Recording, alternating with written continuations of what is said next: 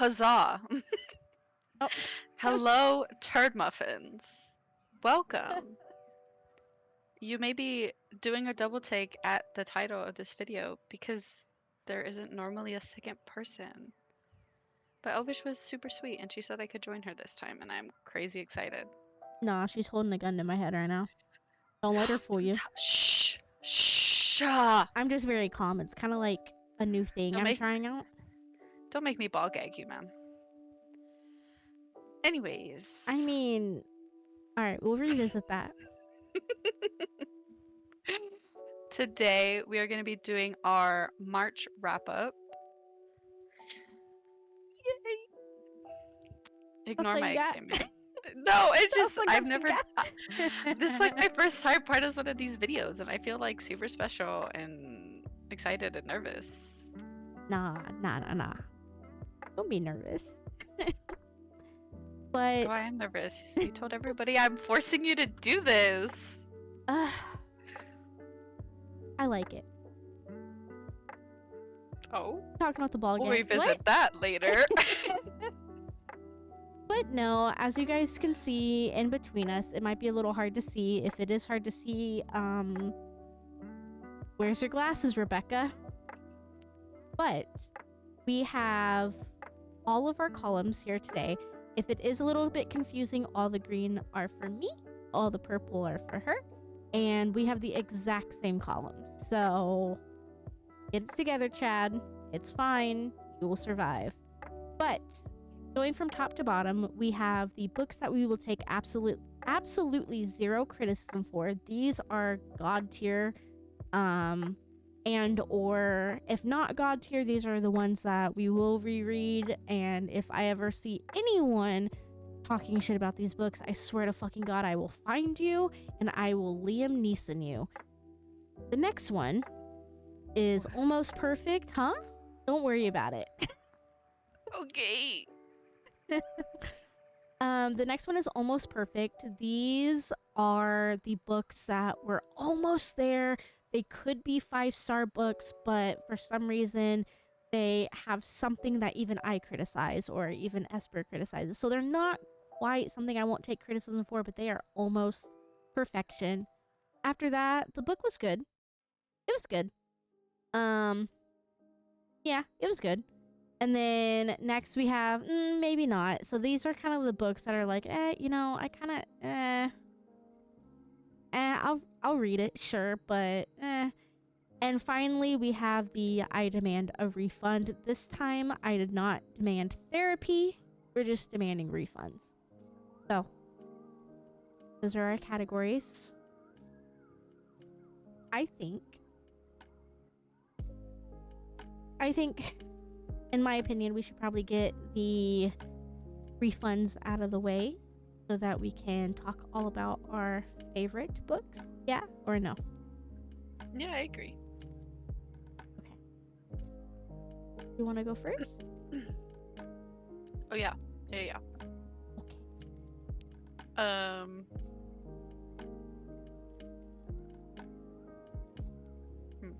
Which book do I want to go first? Okay. So, if you've watched any of the videos ever, you know I usually don't rate books super low. I think thus far 2 has been the lowest. No. Well, yeah. Well, I 1 mean, and 2 have been the lowest. Yeah, I think you've had a 1-star. But 3s and 4s are kind of like where I like to keep books, because I do not like giving a book a 1-star unless the title of the book is Wings of Starlight. Ooh. Okay. That book was atrocious. Super quick summary. If you've seen Secret of the Wings, it's about Clarion and whatever the winter monarch's name is. I forget. Malloy or something like that. Yeah, Mallory. Mallory, yeah, something like that. Yeah, okay. So it's about Clarion and Mallory before they were monarchs, and honestly, it fell so flat that you could have just renamed everybody in the book and it probably would have been better. It probably would have been. Oh my god, did y'all hear that? Did you Y'all might fart? not have. No, it's like crazy thundering outside. Oh. Why would I say, hey, did y'all guys hear that if I farted? I mean, it was probably really impressive. I mean, I kind of get impressed sometimes. Noted. Sometimes there's like a lot of bass, and you just have to like be like, "Ooh." All right, sorry, fine. I am Yeah, not a those are the girly ones girl, as that- y'all can tell. Those are the ones that make your eyes bleed because they smell so bad. Right? The joys of growing up with only brothers. I have one brother. I don't think I've ever had to experience that part of having a brother, which I thank the heavens for every day. I always But remember the back times on with track. brothers Dutch oven. Dutch ovens happened a lot. It's fine. Oh, is your nose okay? No, I need therapy, but it's fine. Okay, back on track. Oh Sorry. my god. I feel traumatized for you. Oh, but Lord. Wings of Starlight. I do deserve a refund. I didn't buy the book, so I mean, not really much to refund me besides my time. But I would also take a drink for that because Yeah. it was painful. Yeah. I mean, I do want Esper to finish hers, but I'm going to go ahead and do that for mine as well because I don't feel like I need to have the same summary. But no, I agree. That book was absolutely atrocious, and I was so excited to read this book. I'm the one that actually suggested adding it to the lineup because I was like, man, this book just came out. It looks really good. I'm hearing great things about it. And it just fell so flat. And it was quite literally just an entire book of descriptions. And typically you're like, you know what? That doesn't sound too bad. Oh, apparently too many descriptions is a bad thing. And unfortunately, I did buy it. And unfortunately, if you buy things on Audible with a debit card, you cannot get refunds on them. I will go die in a Ooh. hole now. How much was it? Like $15. It was on sale, but still. Ooh. I know. I would cry. I have multiple times. Oh.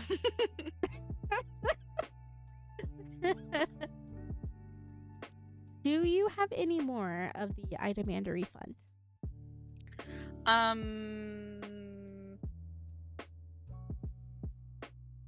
No, just that one. Just that one? Yeah. Okay.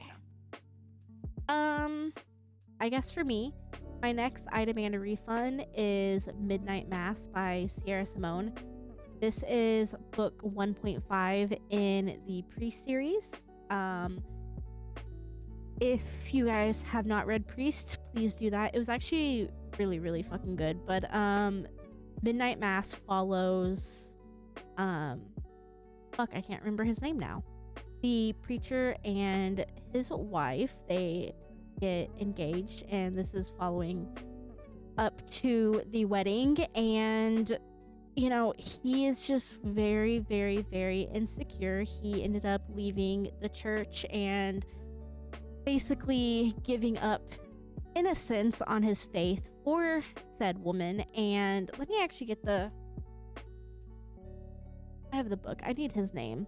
Tyler Bell. Yes. Okay. And Poppy Danforth.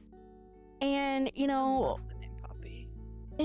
she's a sweetheart in this book too. She really is.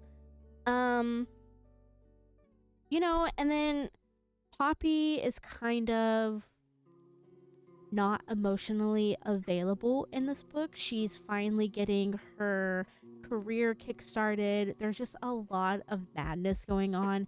And then Tyler is just very overbearing and insecure a lot. He constantly thinks that Poppy is out with another man, constantly think that she's leaving him. And if you read Priest is incredibly fucking spicy. It's like every other chapter. And I personally gave Priest a 5-star. I think y'all remember that. But Midnight Mass is the only book in the series, which we'll go over the rest of the books. It's the only book I gave a 1-star and I DNF'd. Mind you, it's a 100-page book. And I DNF'd that bitch. How many pages in? Let me grab the book. My shoulder popped. 26. Oh, so it was bad. It was atrocious. I stopped quite literally on chapter 3. Out of, excuse me, hold on. Sorry. 13 plus an epilogue, so 14 chapters. I stopped on chapter 3. Wow. I did in fact buy this book. The book was $10, but I bought the others, like the rest of the series, and it was the only one I needed to complete the set. So I'm not entirely upset, and I might go back and attempt to read it. I just felt like it was unnecessary because every time Poppy was like, okay, Tyler, let's sit down. We need to have a discussion. He's immediately like already stuffed inside of her, like not even allowing her to get prepared or anything, and he thinks that burying himself inside of her fixes their problems when in fact it never did. And I was just like, you know what, like for once it was one of the books where I'm like, this spice is fucking killing me, my guy. I fucking can't. Valid complaints though. Like honestly, it was fucking trash. Next, I only actually have 2 more. And this next one, I can't tell you a single fucking thing about the book. I actually DNF'd this book too. It is the Stillwater Girls by Mina Kent, I believe. I know fucking fuck all about this book. All I know is that there are 2 girls stuck in a cabin. This guy comes by and they're waiting on mom to come back, and that's all I know. This book went absolutely nowhere. This book, I don't even think this book had multiple POVs, but like attempting to figure out who the fuck was talking when was impossible. It was so boring, so dull, and I was like, you know what? I'm no longer feeling it. I want nothing to do with this. And I was so sad because the cover is gorgeous. And I was like, you know what? Fuck it. I don't know. Whatever.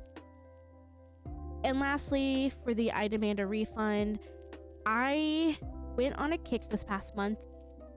There's an author named Tara Bastone, I guess. She has at least like 5 or 6 free books on Audible. So I was like, you know what? I'm going to go down this rabbit hole. Let me just go ahead and read majority of her books. Which eventually I came up with one of her books, maybe this time. It was very disappointing. I DNF'd this one too. These are the only 3 books I've DNF'd this month.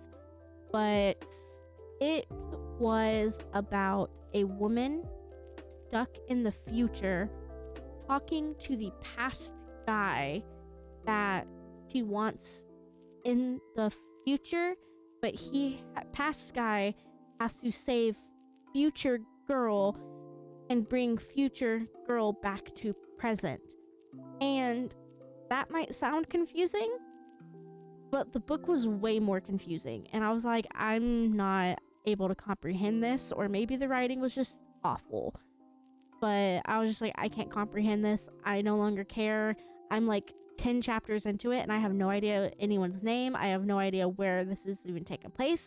I have no idea if this is past or present girl that's talking, and I was like, I'm done. I don't care. And yeah, that was no.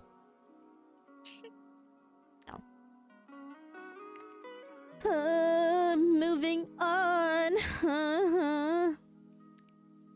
That single will be Beautiful. on Spotify. Thanks.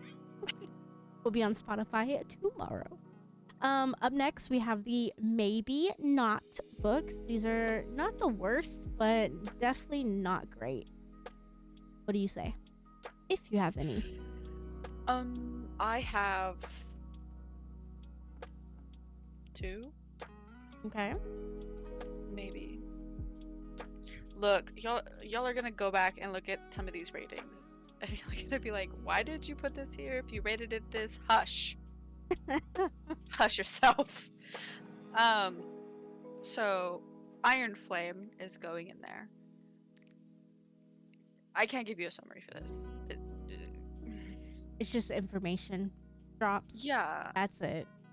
and I honestly feel like I don't need a refund for it, but I'm also not going to be putting it any higher. So You know what? That's it valid. I'm also moving mine up. Yeah, that's valid. so it's staying there. Um I understand that it was important to the series to have this book. I get it. I just wish the information bombing was done at a more manageable pace, and maybe to give me time to, like, oh, here's this bit of information, here's like a chapter or two to absorb the information, here's another chunk of the information, as opposed to 8 chapters of new information, 8 more chapters of new information, 8 more chapters of new information, and it's like, okay, wait, I couldn't get anything straight. So Like, I'm still 20 chapters behind on the 5th plot change, and now you're currently 21 chapters after me on the 7th plot change. I'm like, bro, like, I don't know how to keep exactly, up with it. I it was feel like like reading a textbook for a college class. no, absolutely, and it could have easily been. Okay, I said it in the video, and I don't think at the time this video comes out, I don't think Iron Flame is quite out yet. So when it does come out, you'll understand. But in the video, I believe I said that this 600 to 700 page book could have easily been summed down to maybe 250, 300 pages, and I still stand by that. Meaning, I would have preferred Fourth Wing to be an extra 250 pages longer to get a better version of the information that was explained in this book without having to go through another 700 pages, if that makes sense. Like, condense it down, like go from Iron Flame to Onyx Storm, basically. Like, skip Iron Flame. Wait, Fourth Wing, yeah. I don't know if I said that right, whatever. But like, we didn't need this whole second book to give basically zero information and to give us the same ending as Onyx Storm. Like, I don't know. It was weird. Yeah, it was almost like this book could have been the rough draft for information that was going into Onyx Storm. Exactly. I agree. And then Rebecca was like, nah, I'll give it its own book. I bet the readers would love this. No. Yep. I was gonna put this, no, I'm not. I liked that one more than I liked this, so. I'm also putting Fallen. It's the really dark cover with the girl with her face in her hands. Very edgy. Yeah, I'm putting Fallen in that in the category of, like, if there's nothing else around, I'll read it. This is one of the rereads for me, and I distinctly remember the first time that I read it, I really liked it, but I was also younger. I don't remember exactly how much younger, but I was younger. And reading it again, I don't hate it, but there are other young adult novels that were written around the same time that I would prefer to pick up to this one. So this one you're following around the main character. I don't remember their names. There's like so many names. But you're following around the main character, and she apparently gets reincarnated every 17 years. And then, like, obviously, if she's being reincarnated every 17 years, she dies at 17 people. keep up. I'm over. Oh, damn. I'm trying. Well, Chad was looking at me funny, like, what? I'm also looking at you funny because I've never read this book, but the movie on Oh. Netflix kind of looks decent. The movie on Netflix, I think, does a pretty okay job at like translating the book to the screen. I also really just don't. Probably just don't care about the book anymore. I'm sorry, that thunder scared the living shit out of me. I hope y'all didn't hear that because that was terrifying. I don't like when books get made into movies because I personally wish every minute detail could be shown in the movie. Kind of like how I made the movie in my head. That's how I want it on the screen. And obviously, you can't do that. That's very valid. Because I think this one, this one is narrated from the main girl's point of view, and it's really hard to translate like a narrated book onto the screen because obviously you can't be in her head 24/7. But anyways, you follow her. She finds out that she's been reincarnated, but because she didn't get baptized this time around, if she dies, she dies. Like there's no reincarnation for her. And obviously she's being fought over with the angels and well, they're both angels, but like the not completely evil angels and the completely evil ones are fighting for her love,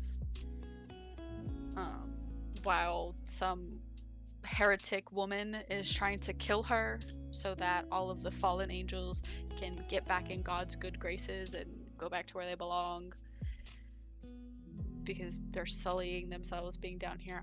I don't know. Her whole message was very not healthy.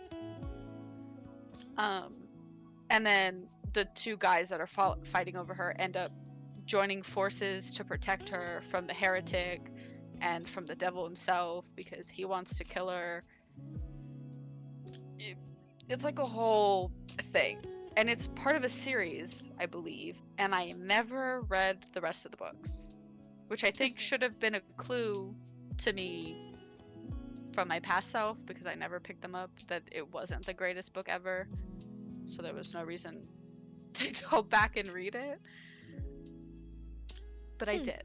That is interesting. And now I'm telling you guys about it.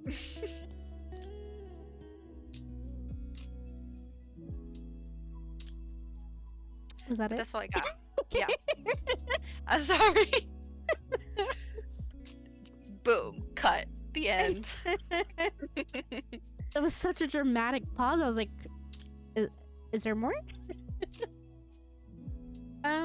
No more.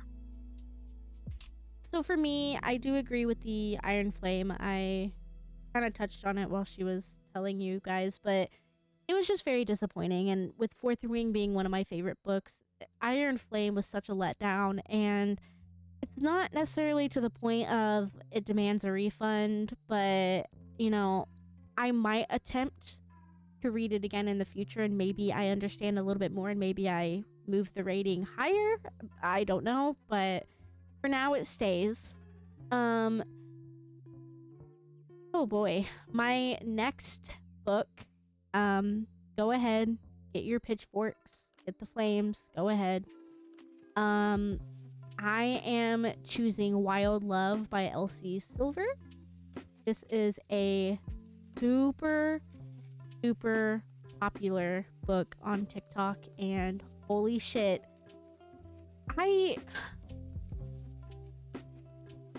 I don't know. I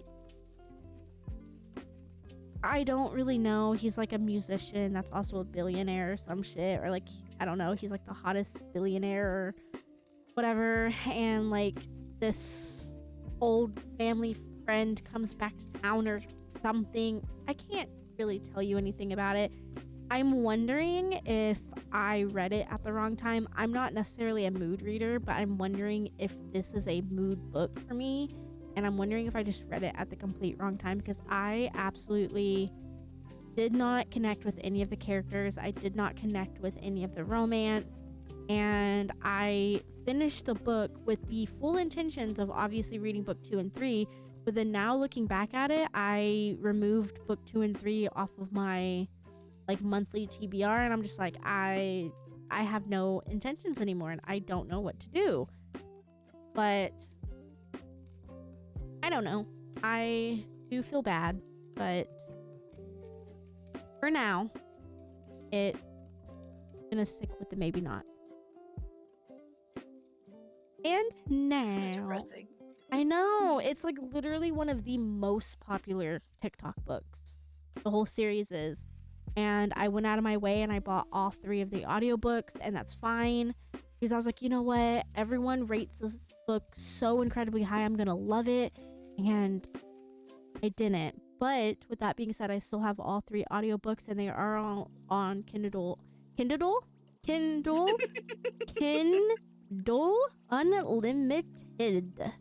Because I know English, guys. Up next, we have the It Was Good. So it wasn't perfect, it wasn't bad, it was good. What do you say? Ooh, okay. There's a lot of books in this one for me. So I'll do podcast books first. Onyx Storm goes in there because I do think it was a good book. Like I said in the podcast when that one comes out, I do think half of it was like Iron Flame-esque, and then the end half was bringing you back into like what Fourth Wing was like, which I appreciated. But overall, it was less of an info dump and more of like, okay, I see what's happening. I'm understanding. Violet is now like knee deep in this war. There's no getting out of it. This is her mission now.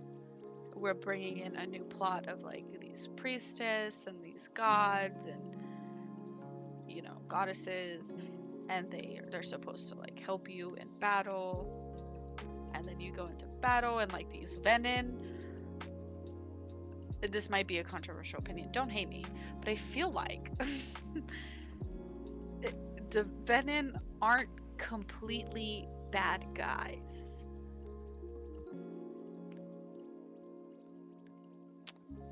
No, that's interesting.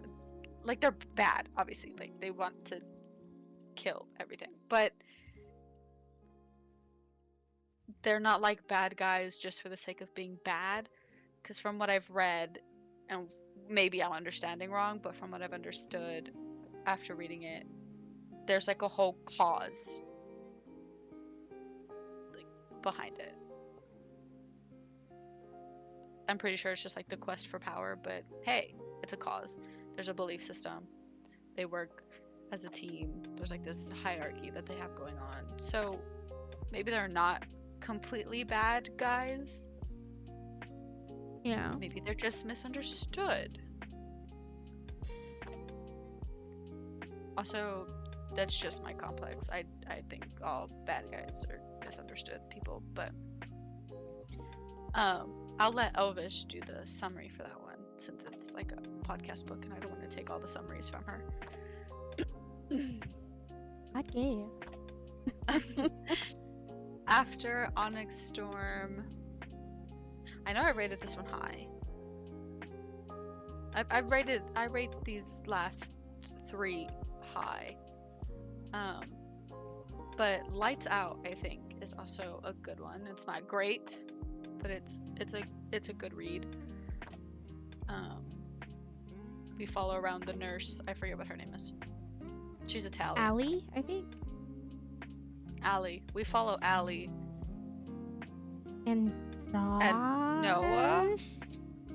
Oh, Josh. Who's Noah? Where did I get Noah from? We read so many books, I don't even know if his name is actually Josh, but that feels right. Okay. Who's Noah? Noah. Oh, Dream Harbor? Question mark? Hazel? Is his name Noah? What is I think Hazel's? so.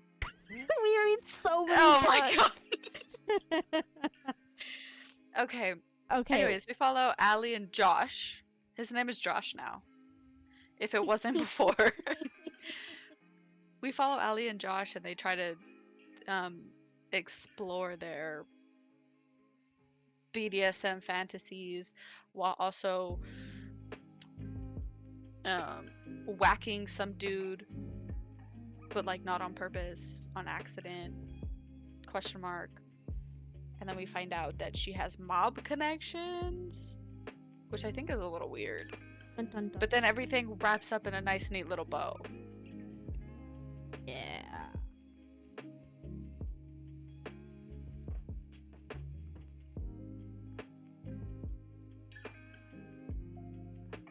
Hello? Sorry, my power blinked.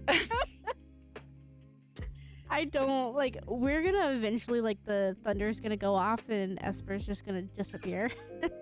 Yes. Okay, look, our grid system sucks balls. And I don't know if it's just where I'm at in this state. Is it where you're at too? Do y'all have like balls ass grid systems?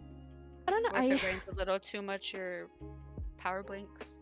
Kind of. I mean, not too much, but kind of, yeah. It like blinks for a second and then it's on, but we also have like solar powered shit. Oh, you see, we don't. So I think that might be our problem. Yeah. So yeah, we have shit ass grids. And I didn't know it was gonna rain today, guys, so I'm sorry. I know. If you would have It told me it was- was gonna rain, I could have put on like the rainy background. Well, I didn't know. I even looked at AccuWeather. Hold on, let me look at it again. I'm gonna tell you guys what this fucking thing tells me, because I swear to God, I looked at it because it's supposed to get cold this weekend. And I was like, I know you're lying. It's hot as fucking balls right now.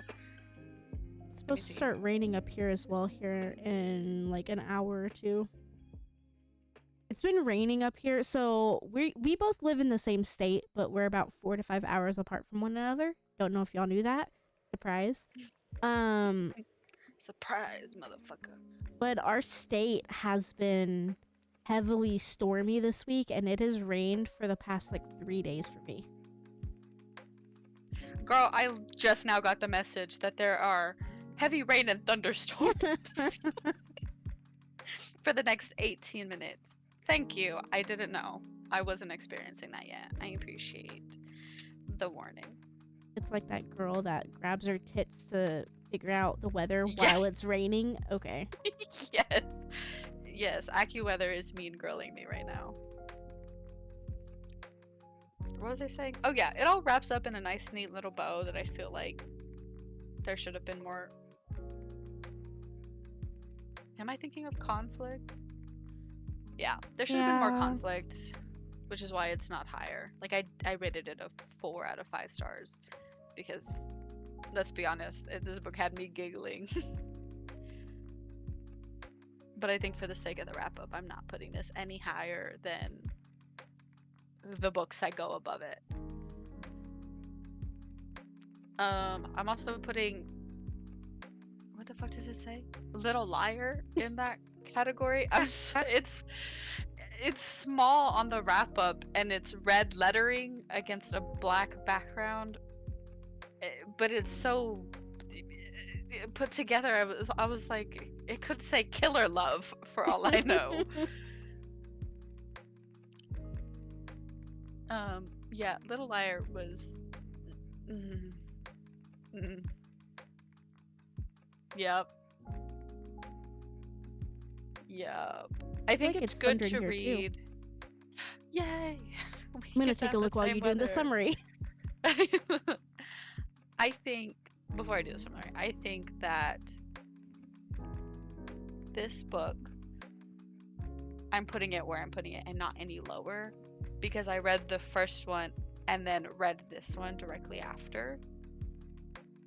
So I enjoyed it a little more than I think you would if you've read the first book and then a lot of time has passed and you're reading this one. But in this one, we get the point of view of Malachi. What is his sister's name? Olivia. Olivia. We get Malachi's point of view for the first couple of chapters, of how, like, different scenarios in him and Olivia's childhood that we also got in the first book, but from Olivia's point of view. So I think it was kind of nice to add that. I really wish it was in the first book, but that's besides the point. And then the rest of the book stays in Malachi's point of view, and he gets out of prison, and he's now stalking Olivia because he's butthurt about her testifying against him. So he stalks her. He does things to her while she's asleep. He kidnaps her. He does things to her in his barn. I think it's a barn. Pretty sure they say it's a barn. Like a Then shed. she says, I don't know. yeah, something. And then she says, oh my gosh, I love you, Malachi. And he's like, yay, she finally picked me. Joke's on fucking him. No, she does not. Because she leaves him, not only to go to work knowing that he's uncomfortable with her leaving their protective little bubble, but also to go marry Xavier, Savior? Zach, Savior, I think. Xavier. To go Xavier marry. Reznikov, I think. Yeah, he's like Russian or something, no? I think so. So she leaves Malachi to go marry this Russian because Mommy Dearest is forcing her to, and she still has no mind of her own, although she's now like 20 something. And she has a big girl job and she lives in her own apartment, but Mommy still dictates her day life. But she goes all the way to the ceremony. Yeah, she goes all the way to the ceremony. Stands up to her mom like, I don't want to do this. And Mom's like, you're doing this. And she goes, okay, Mom, I'll do it. Ew. And then she looks at her dad and she's like, Dad, I don't want to do this. And he's like, okay, you don't want to do this. I know before that I wasn't so open to you and Malachi's relationship because y'all are like siblings, but not really siblings. But I'll help you get out of this. And you just go to Malachi. And she's like, oh my gosh, Dad, are you sure? Really, Dad? And the dad's like, get out, leave. And she's like, okay. And then she runs back to Malachi after like shattering his heart into a million pieces, crying about, I made the wrong choice. I should have chose you the whole time. Well, duh. We've been new. Anyways. We've been new. She pisses off the Russians. The Russians come. There's like a big kerfuffle. And then now Malachi has to go save her from her future Russian husband that doesn't even want to marry her, which I think kind of just defeats the whole purpose of him being the antagonist. He doesn't even want her. Seriously, he shows no interest in her once they kidnap her. He's like, I don't want to touch you. Get away from me. We'll fake this so that like my dad doesn't get mad at both of us. That just defeats the whole purpose, the conflict. There's no conflict now. It's gone. Bye. They end up saving her. She comes back, happily ever after. And then epilogue, they have a kid and they are going to like parties and shit together. And they're married, but not really married because they're still siblings and that's illegal. The end. And I know based off of that summary, I hated the book. But I didn't. If you read the first two books, this book and the previous book in tandem, I think it's not as bad. But I think if you read this one after a big break, it's bad. So read them together, please, and you'll have a good time. And if you want massive character growth, maybe don't read the book, because there's none of that.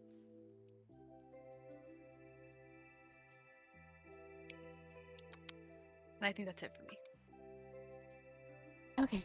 Well, I actually have quite a bit for this category. First and foremost, I guess we'll go podcast. So, Lights Out. I do agree. It was good. It was funny. The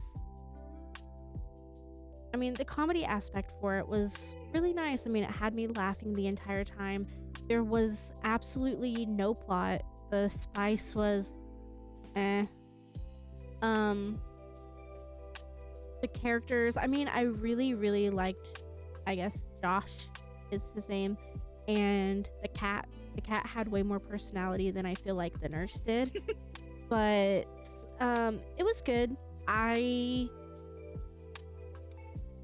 don't think I would recommend this book.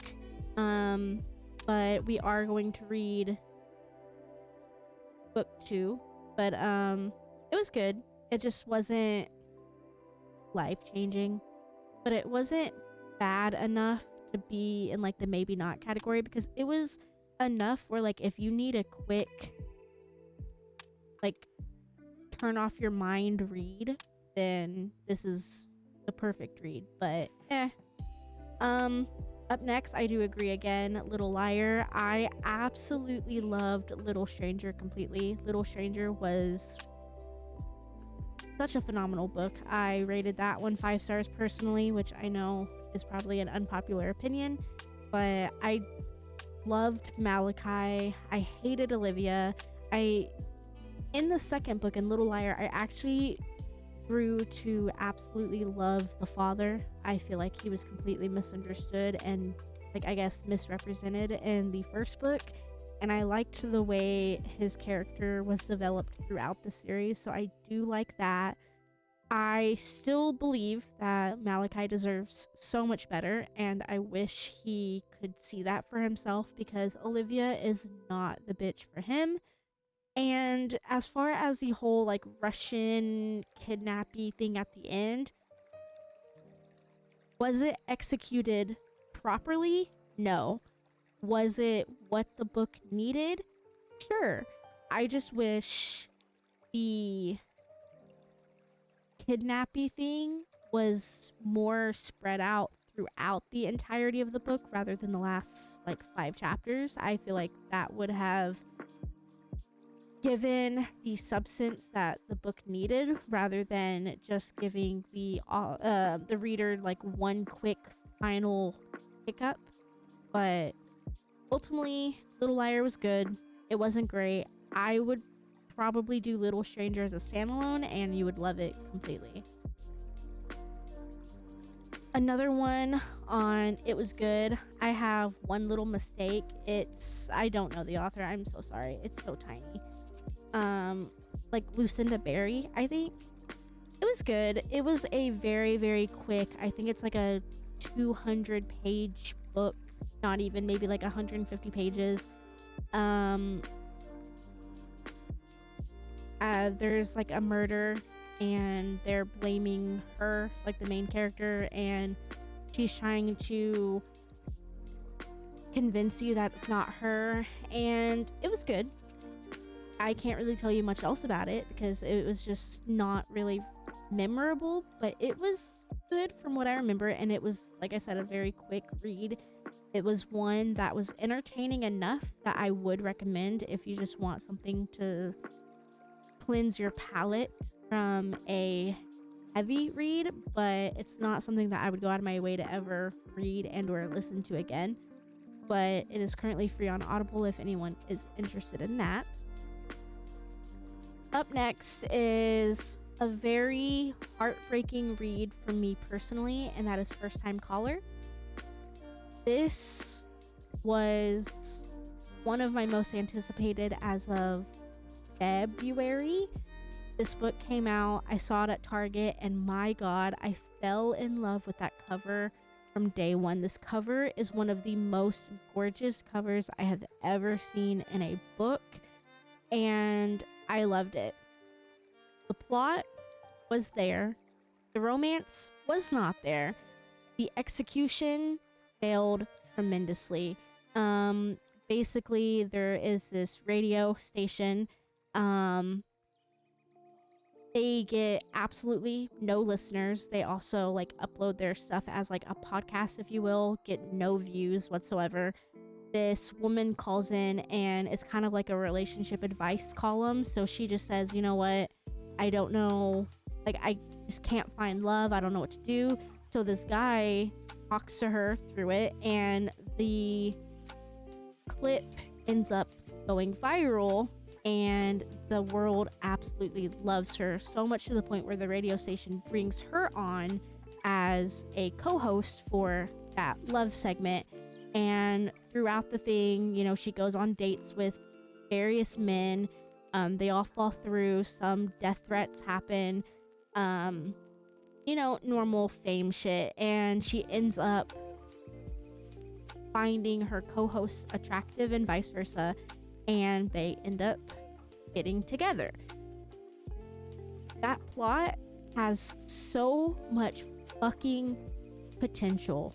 And this book was good, don't get me wrong, but I feel like the execution was so poorly done that it kept this book from being almost perfect, you know? And I gave this book a 3.5 star, and it breaks my heart because I thought, just from the cover alone, I was like, this is going to be my next 5-star read, and it wasn't. So I'm very upset by that. But I believe, let me skim through. I think I have one more. One more? Yep, I do. Okay, so I'm sorry. Sorry, I lied to everyone. I have 2 more. The next one is Unsteady. This one is yet another hockey romance. It's about a guy that was professional. I guess he got hurt or some shit, so he ended up coming to the rink after a while. I think his father's like the coach or something, and he's forcing him to skate or whatever. He ends up meeting a girl there. The girl is completely ice cold to the point where it's like unenjoyable. But you know, the ice cold girl with the sunshiny type guy, eventually they start dating. It was okay. It was completely not memorable. I personally love Icebreaker. I feel like this was a horribly done attempted copy of Icebreaker, and I didn't really like it, so much to the point where I doubt I'm gonna pick up book 2. I might if I'm bored, but book 2 is out there. But Unsteady, yeah, it was good. Icebreaker is better. Sorry. I would read that by Hannah Grace. I love her so much. And lastly, I am so sorry. I'm so sorry. This is taking forever.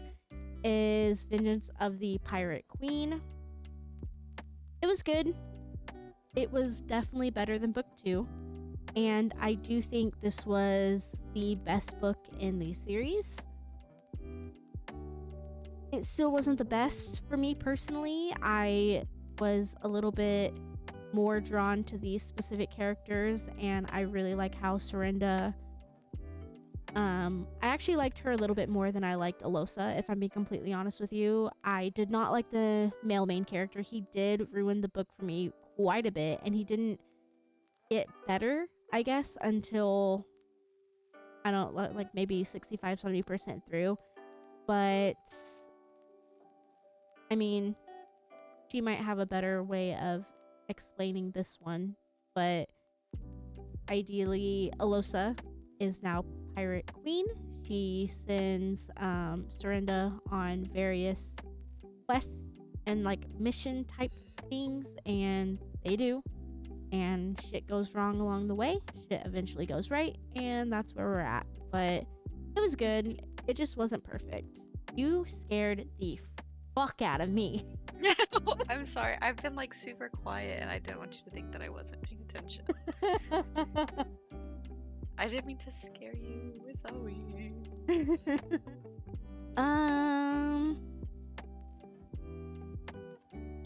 Yep, that is it for me. That is all of them. So now we are going to the almost perfect section, which is the second to last section. Yes. That I was have a lot. I'm sorry. I have a lot to this one. Is it not the second to the last? Yeah, it's almost perfect, and then we'll take no criticism for. Yeah, yeah. Okay, just making sure I'm on the same page. So for me, Vengeance of the Pirate Queen goes in this category. I loved Sarita. I loved her.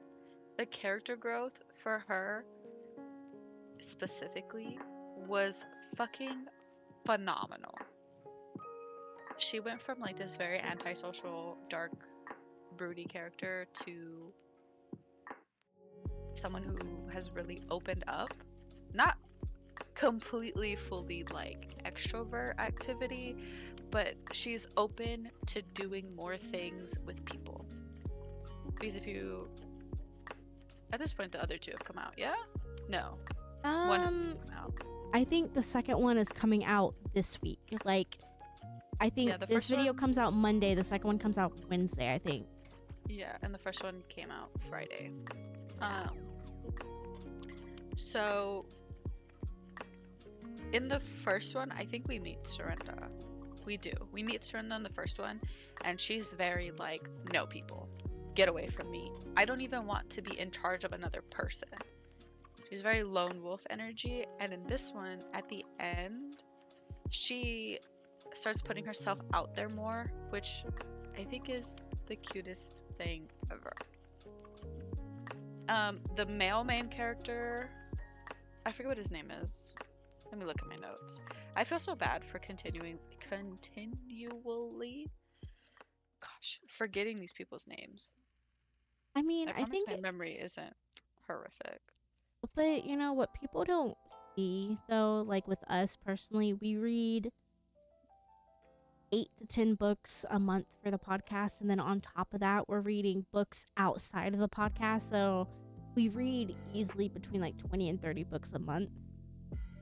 Yeah, and I really only take notes for the podcast books. Yeah. Kieran. I think Kieran had some character growth. I know that your gripe with him was that it took too long for him to get there, and I completely agree. He was an asshole for like 90% of the book. He was heartless.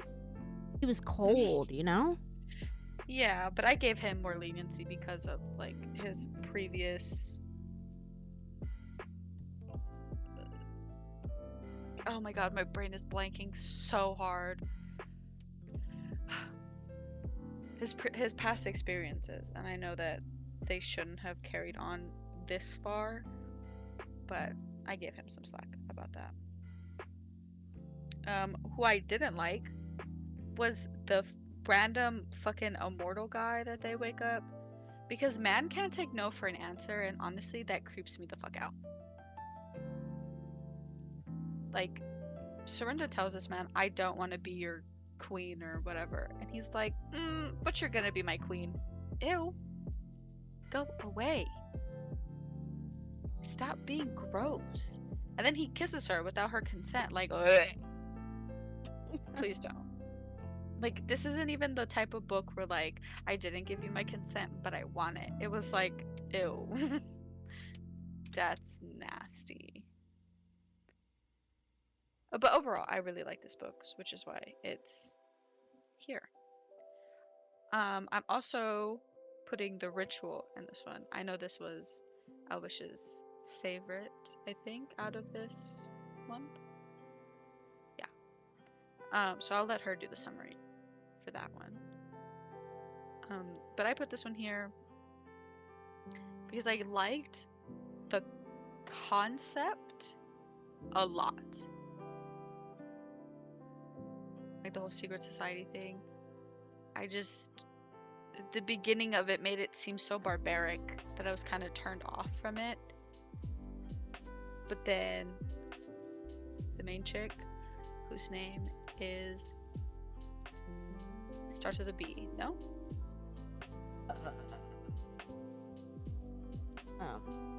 Bailey? No. Blakely. Blake. See, I was close. It took me a second. I was loading. But when Blakely finds out that she has to be a lady, and then we meet like an actual lady, which ends up being her mother, but I was intrigued. Like, I think that's what grabbed me. Because in the beginning, I was like, ugh, another boys' club that's super caveman-esque. But then they were like, no, the ladies are also involved. So I was like, oh, okay. Kind of feeling it. So that's why this one's there. Also, like Elvish mentions in the podcast episode, we know they're out there. We just don't want any part of them. Thanks. What else did I put in there? Oh, yes. This is gonna be a series. You're not gonna get the first book because the first book I read in February. But Heart of the Winter Prince. It's the all blue cover. I like how we can see each other's. Okay, so we're both looking at each other's wrap ups, and I can see when she hovers over something. I'm like, please hover. yeah. I'll Thank hover you. for you. You're welcome. I was like, I can't find it fast enough. So this one we follow. This is a book about phase. Let me just preface that. And I think, yeah, it leans. So it has people from several pantheons. Should I say what a pantheon is? I think I should. Yeah. I don't think many people use the word pantheon. I think they say religions instead. But I'm not 100% sure if they're all from religions. But people across all different mythologies,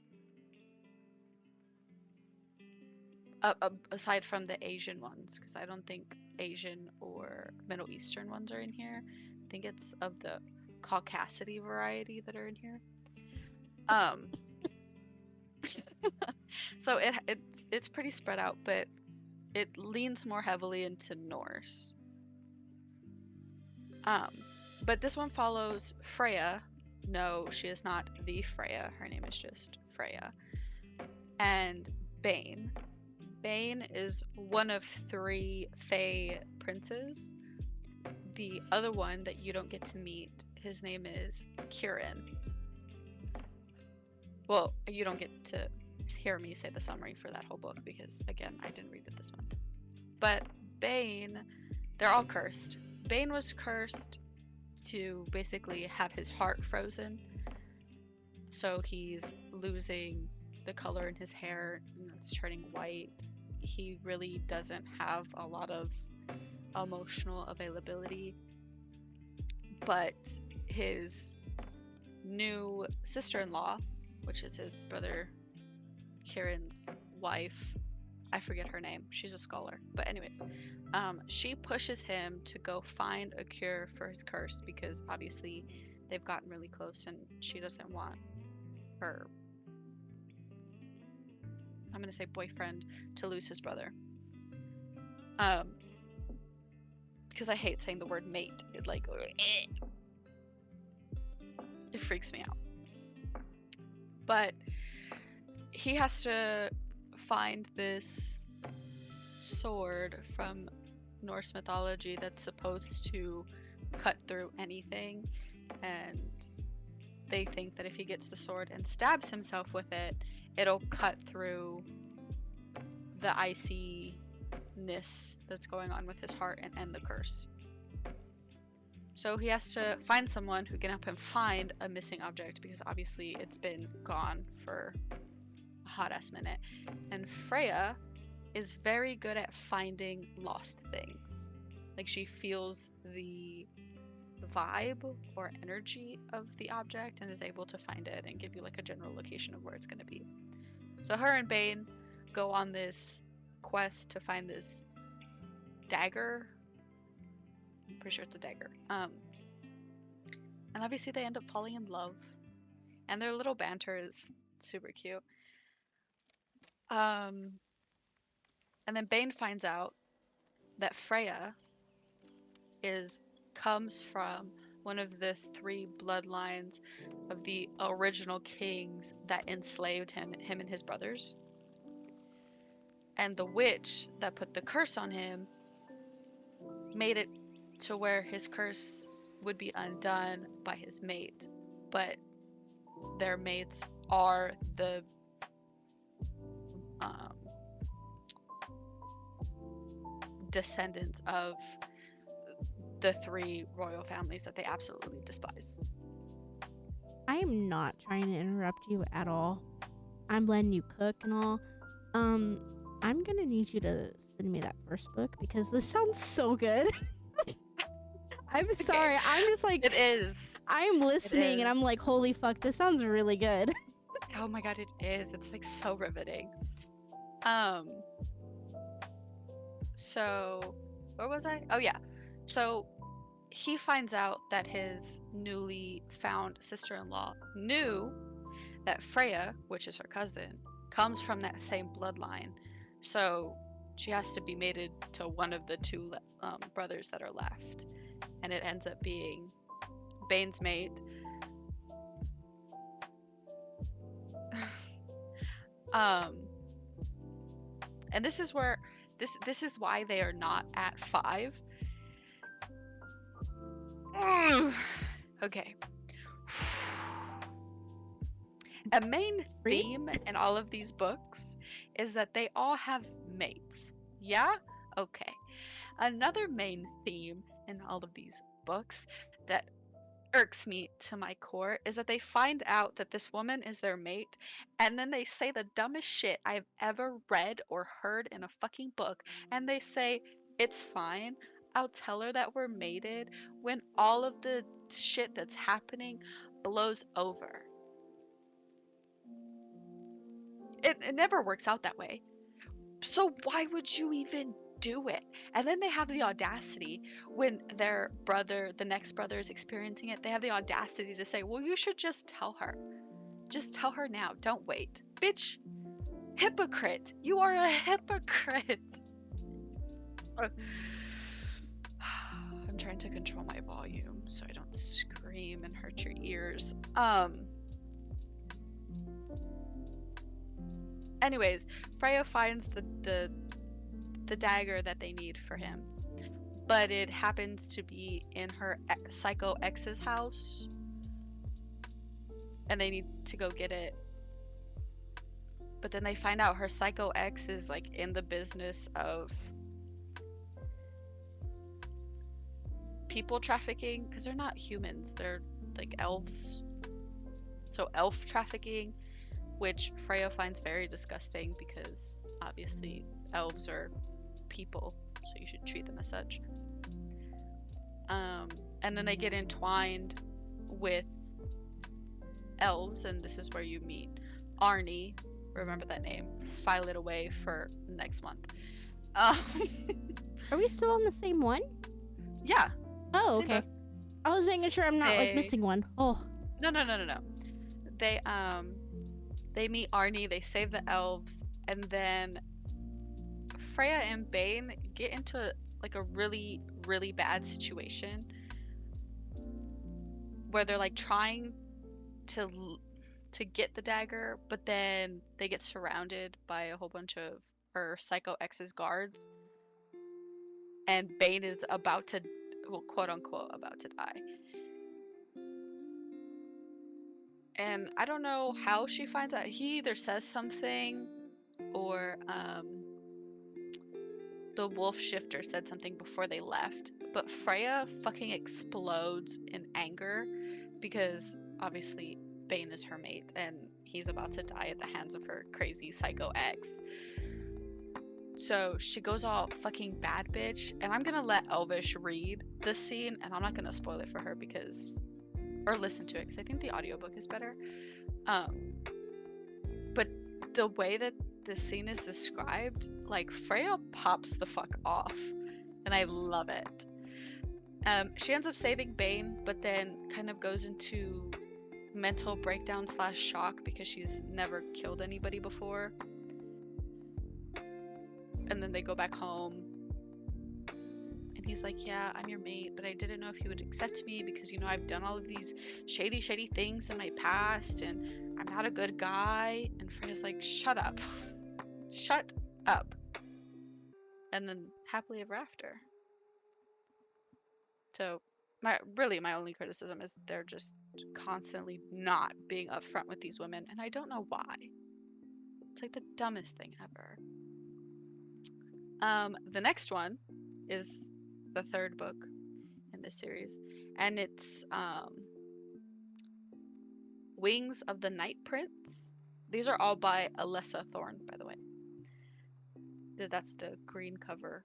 The guy with the well, this one actually has a guy on it. It's a guy with green wings, and it's like a green book.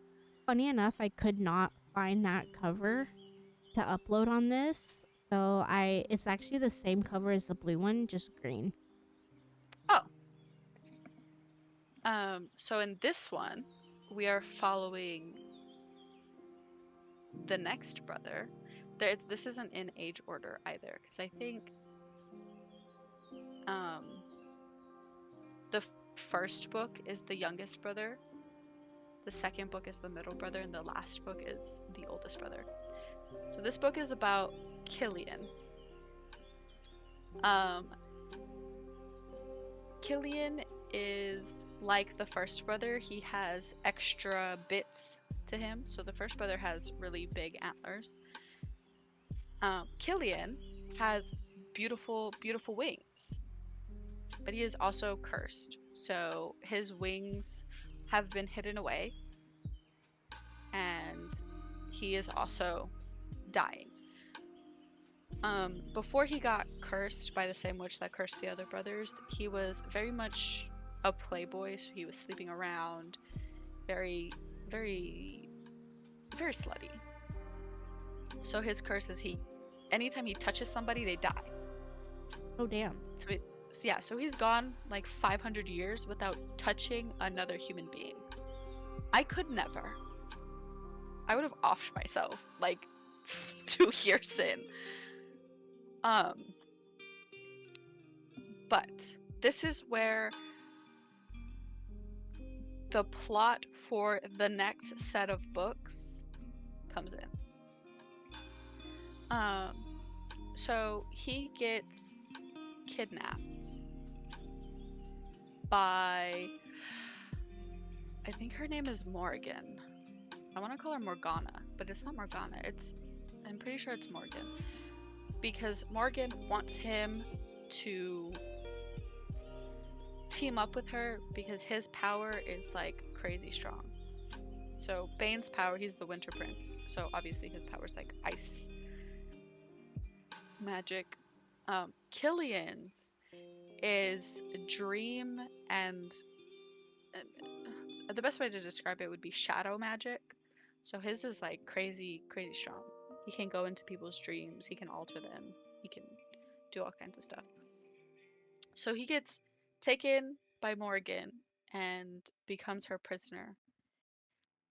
And obviously, his brothers and his new sisters in law are panicking, like in a complete fucking panic because he's gone. So they hire the oh, what are they called? I think they're the Ravenwoods. Um,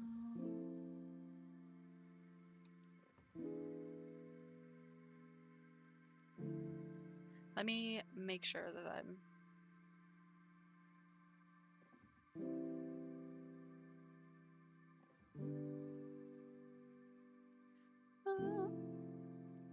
Oh, the first trilogy is called Wrath of the Fae, just in case anybody wants those books.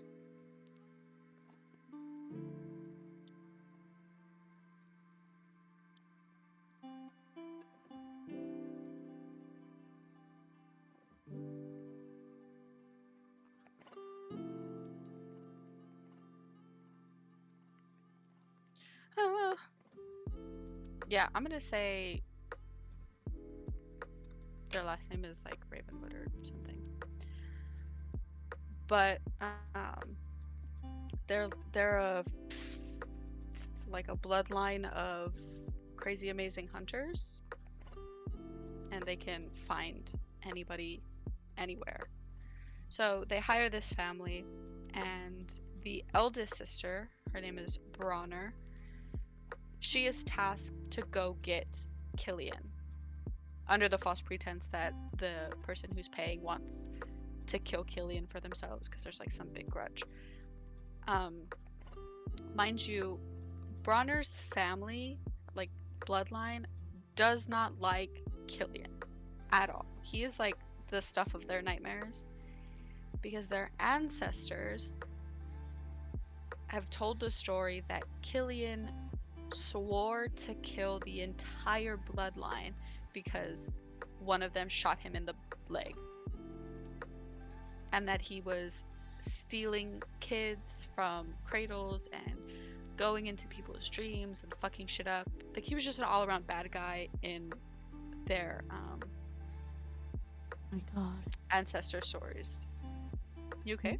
A water bottle just completely like moved, I guess because of the fan. And when I tell you, I almost fucking died. Do you need an exorcism of your house? My heart. I didn't know if it was a bug.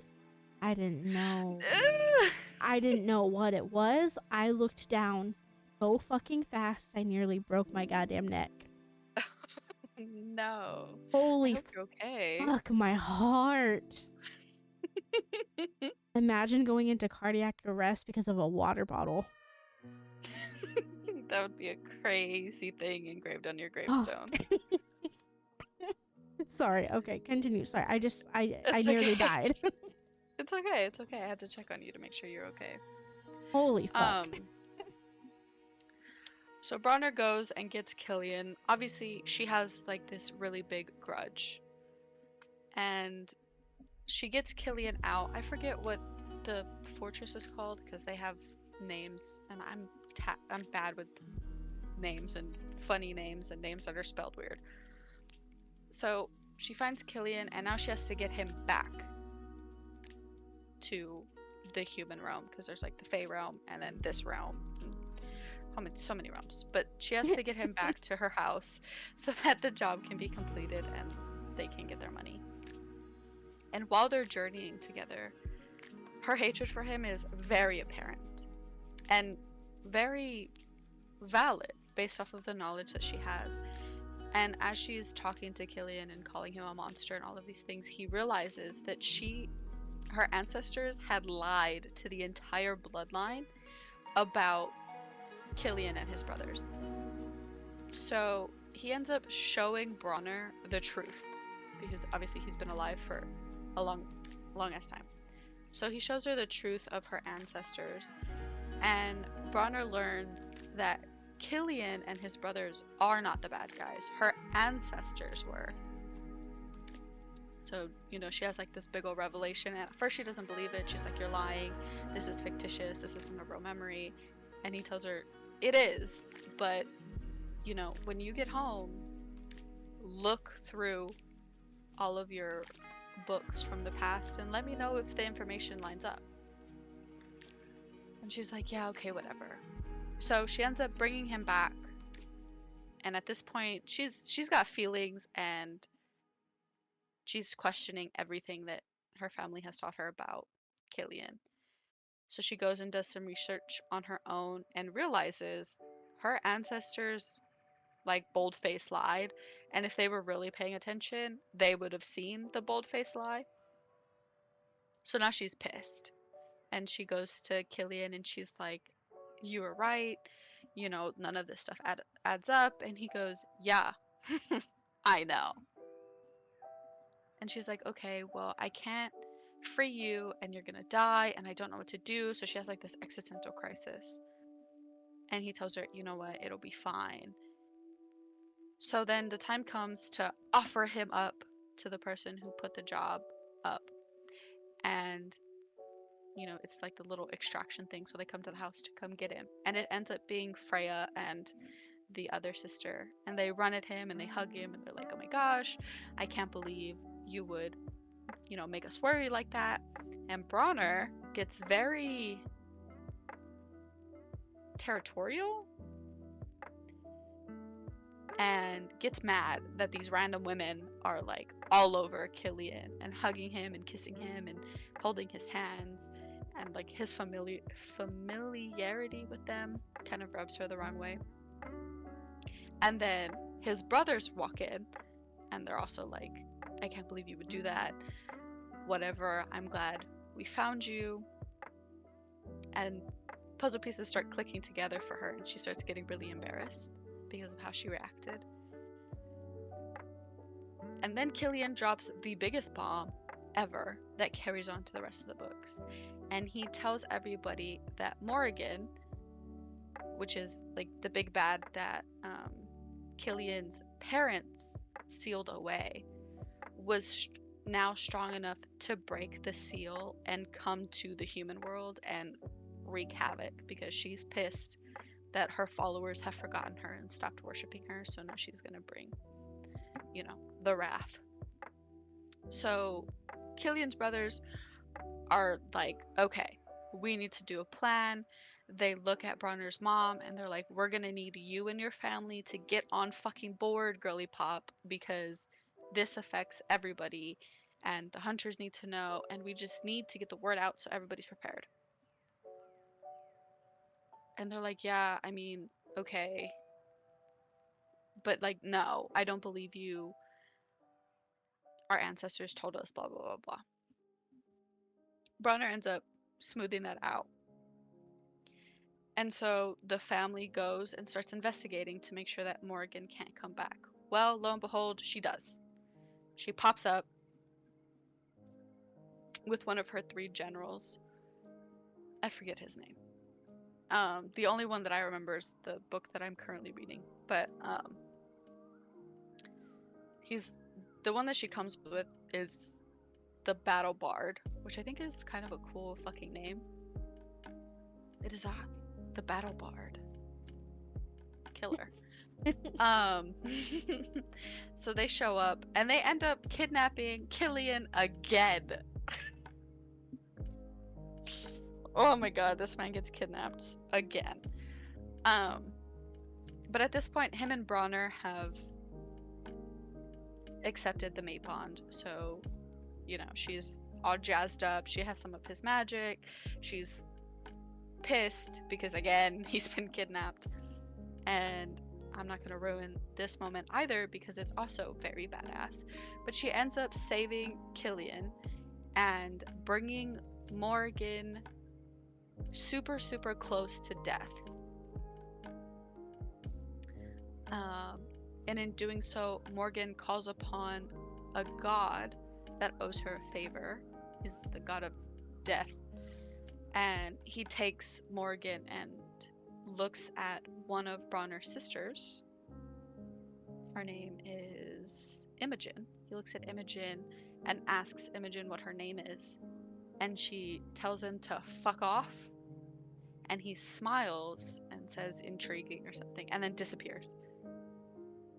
And now the 3 Fae men are panicked because this is not a god that you want to notice you. And Imogen's there like, it's cool, I think. It's fine, guys. And then the story ends with everybody trying to find the Battle Bard because the Battle Bard has disappeared. And he's now out in the world. And they don't want him out in the world because he can release the other 2 generals from where they've been sealed. So the end. That's the end of the Wrath of the Fae series.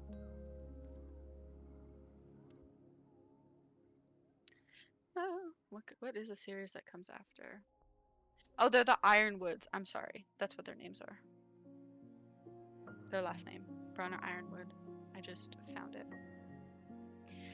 Then we jump into the second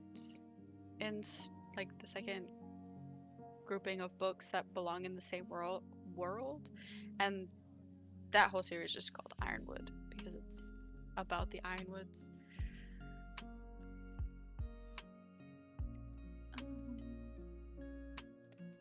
Let me make sure I'm getting the order right. I know, guys, this is fucking long. I apologize.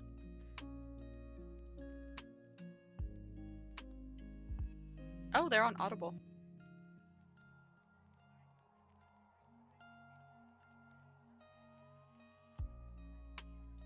Okay, so the first one is Trash and Treasure. It's the girl with the red skirt. This is still the almost perfect, yeah? Yeah. Found it. This one is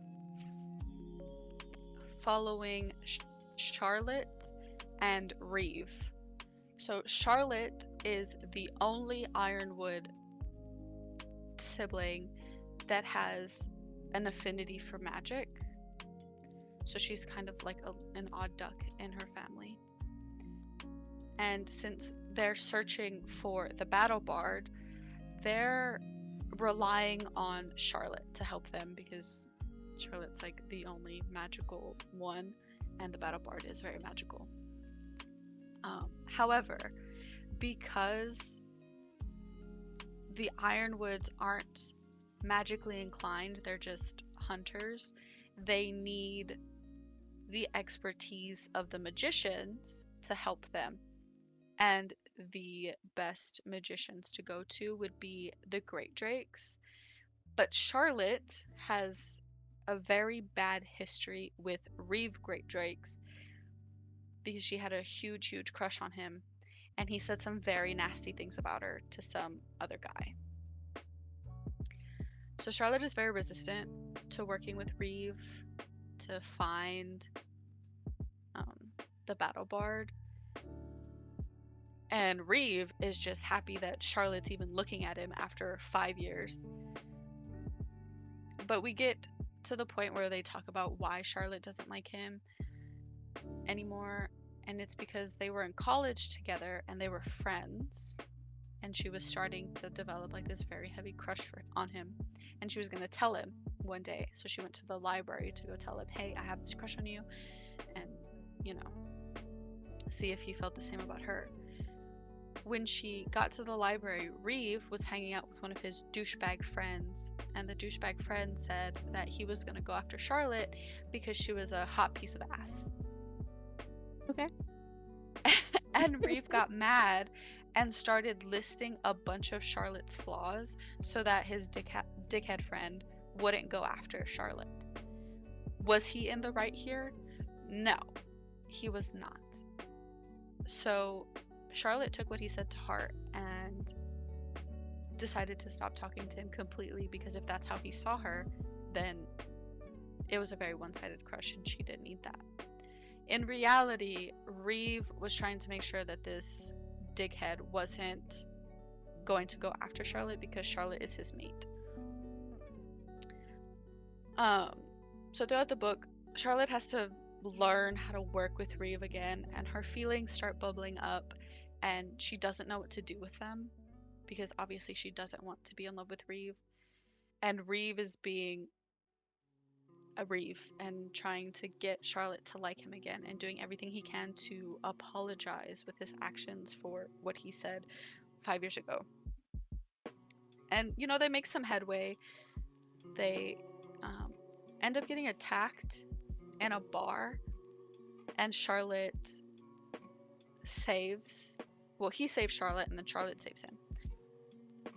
So they kind of have like this weird moment where they're like, oh, I think I like you. I don't know if I like you. And as the story continues, Reeve just can't not like her anymore, and Charlotte is just kind of falling into it. So they have a lot of intimate scenes where Charlotte kind of gives in and lets herself like Reeve, and then pulls back because she like starts getting scared that he's gonna leave again. And through all of this, they find out Anarin, the battle bard, has done a spell that released the other two generals from where they were sealed. So now they have an even bigger problem on their hands, and they really need to get rid of this battle bard because his songs call to the hunters, because obviously it's in their blood to be violent and deranged. Um, so Charlotte and Reeve decide that they're gonna work with Charlotte to get her magic up to where Reeve believes it should be, which would be like her just imagining sigils in her head, and then boom, whatever needs to happen happens. Um, and then Aniran shows up because he needs Charlotte's body, not Charlotte, just her body, so that he can take Morgan's soul and shove it into Violet as like a vessel so that Morgan can come back and she's not all weak and shit. And Reeve doesn't take very kindly to that. Charlotte's like, what the fuck? That's insane. And Aniran ends up coming to the Ironwood estate and wreaking havoc looking for Charlotte. And rather than kidnapping Charlotte, he kidnaps Reeve because Reeve kind of jumps in front of the spell and ends up disappearing. So Charlotte has to go save Reeve. And in saving Reeve, she like slices Aniran's head clean off. Again, another bad bitch moment. Then all is well, kumbaya, but now they need to find the other two generals, and it's not gonna be an easy task because they don't even know where to start. So then we move on to the next book. I'm trying to make them shorter, guys. I'm trying. There's just so much overlap that it's hard to get the stuff straight in my head. The next one is God Touched. I'm going to fight you. Are you trying Why? to tell me on your wrap up you put book 3 and then book 2, or book 2 and then book 1? Yeah. Technically, Wings of the Night Prince is the first book for the Ironwood series. And then it's Trash Treasure, and then God Touch, and then Heart of the Winter Prince is technically the second book in the beginning of the entire thing. So yeah. Oh, they're all out of order. God Touch is the purple one. So in this one, we're following Imogen and Erewhon, which is the god of death. Imogen is very lone wolf type. She goes off and does things by herself. And we find out when she was younger, she died, like she drowned and she was dead. And then she was brought back. And her whole life, she has been chasing the high that she felt when she was like dead. And she doesn't know why, and it makes her feel uncomfy. But they find out that Hafgan, one of Morgan's generals, used to be Erewhon's mortal enemy in the underworld because they're both technically gods of the same thing. But Erewhon can't be killed by anyone. Or not Erewhon, I'm sorry. Hafgan can't be killed by anyone except for Erewhon and like his weapons, because obviously he puts like some weird spell on them. So Imogen is forced to go to Erewhon's house, mansion thing to help him find Hafgan and also help Erewhon find the rat that's in his court. And in doing so, she falls in love with Erewhon.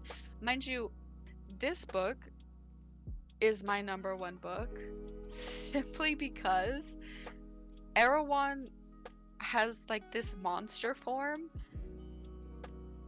and that's all I'm gonna say. Anyways. Ayo.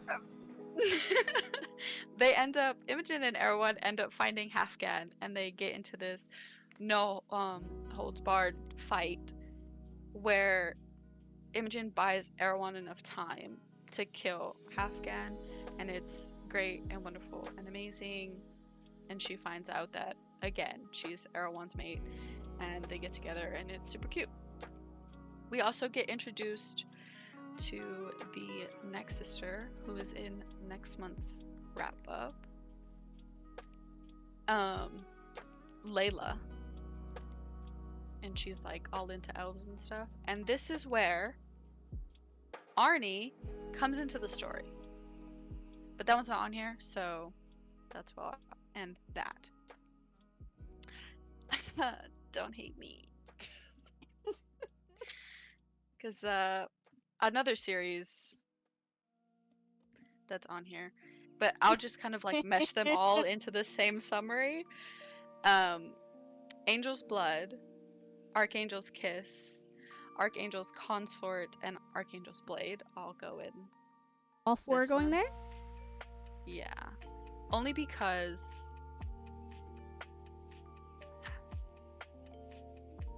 this series is so long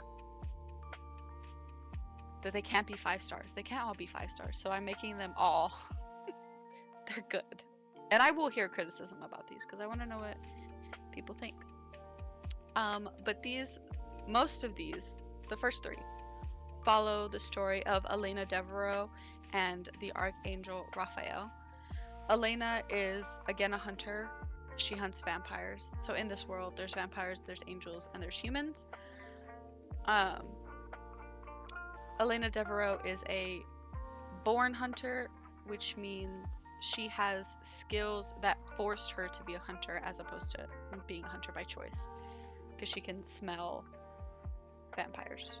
Like, yeah, she can smell vampires. Raphael employs Elena to help him find a rogue archangel because he's obviously going to wreak havoc.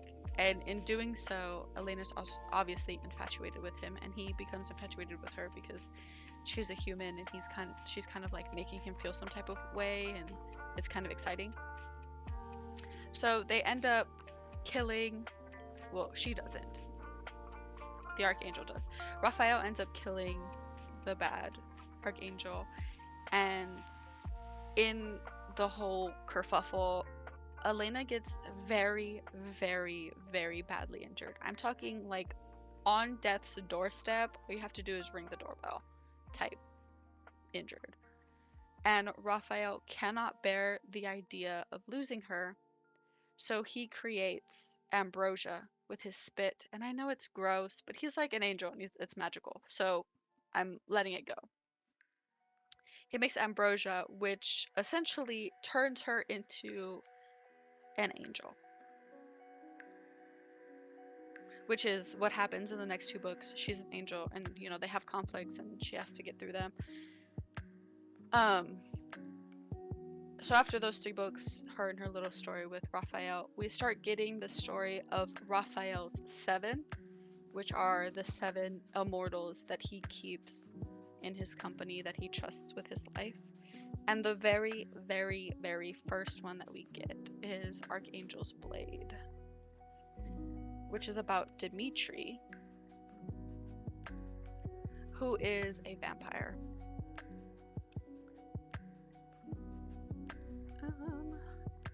And he ends up with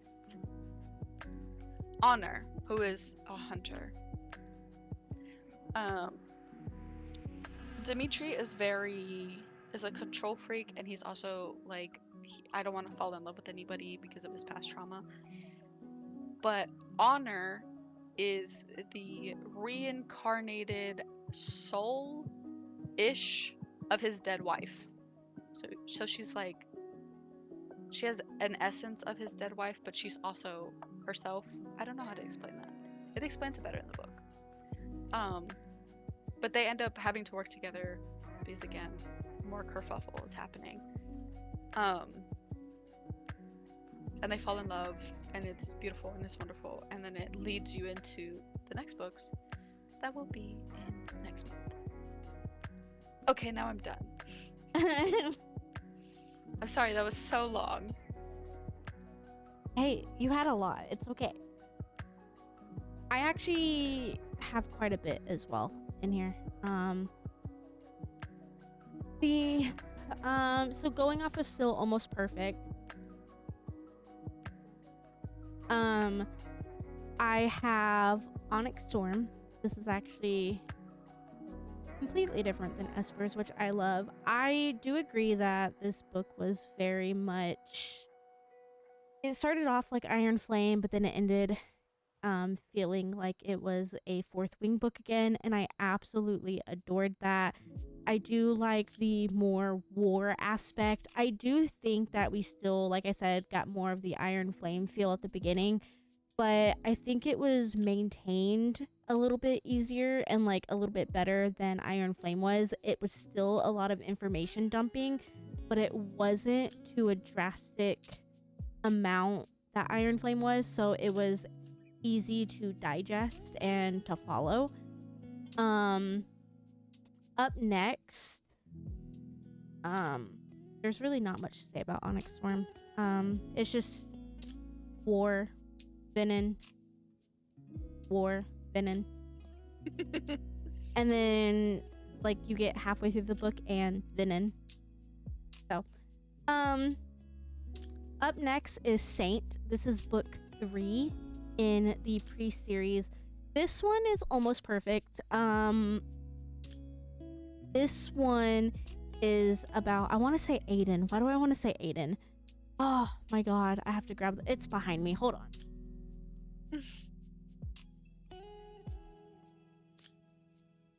Oh, I'm so good. Okay, so it's about Aiden. This is a male relationship book. He basically yeah, he like heads off, and we already know because like each book is about a different brother, so we get to see, we already know that Aiden is gay from the previous books, and we get to see his boyfriend in the previous books, but in this book, it is the final book in the pre-series.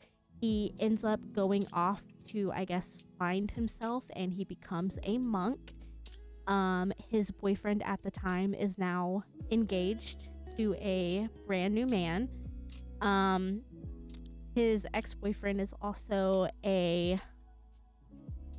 how do I say this? He's like a journalist, but like a discovery journalist, if you will. Like he goes around and he explores new stuff. So he ends up going to, I'm sorry, I don't know like churchy terms. I'm sorry. Let's say monk sanctuary. And he basically interviews everyone, and eventually shit goes down, and he kind of makes Aiden go against the whole celibacy thing, and we do get some spice. The engagement ends up going off. They end up getting back together. It's sort of like a happy ever after thing. I liked it. I will take criticism on this one. I didn't personally think this one was as good as the others, but it was still insanely good. I do think the smut in this one was a little bit more vulgar, not with the terms that were used, but it's just the way that they spoke. It kind of turned me off a little bit, but it was good. I liked it. I did enjoy this series a lot, so yeah. The next in line is Do Not Disturb by Frida McFadden. I was actually discussing this book with Esper this morning, which is pretty funny. But Do Not Disturb is a book about a woman. Her husband is dead, DED dead. So she gets away. Obviously she's trying to not let the police officer know that he is in there, so she makes a getaway. And in a blizzard, she ends up finding herself at a hotel that she is snowed in at. Some weird shit kind of goes down at the hotel. There's like the wife of the hotel guy across the street with binoculars. We kind of get the wife's POV, and you kind of think, you know, maybe she's a little cuckoo crazy, but I'm not gonna lie, the plot twist surprised me. The book is incredibly short because most Frida McFadden books are like 250-ish pages long, so it's a very quick read, but it was entertaining from start to finish. Every single second was absolutely perfection. I like the fact that I couldn't guess the ending, so that was there. But with that also being said, next in line is The Teacher. This is also by Frida McFadden. This book, let me preface this by saying I'm talking only about the writing. Only about the writing. This book is phenomenal, hands down. I loved the plot twist. I loved the characters. I loved the chemistry between certain people, and I loved almost everything about it. The only reason why this book isn't what I wouldn't take any criticism for is for the fact that the teacher is a 40-year-old man and he is in love and sexually active with his 15-year-old student. And I personally do not enjoy that, and I personally was very uncomfortable while reading this book.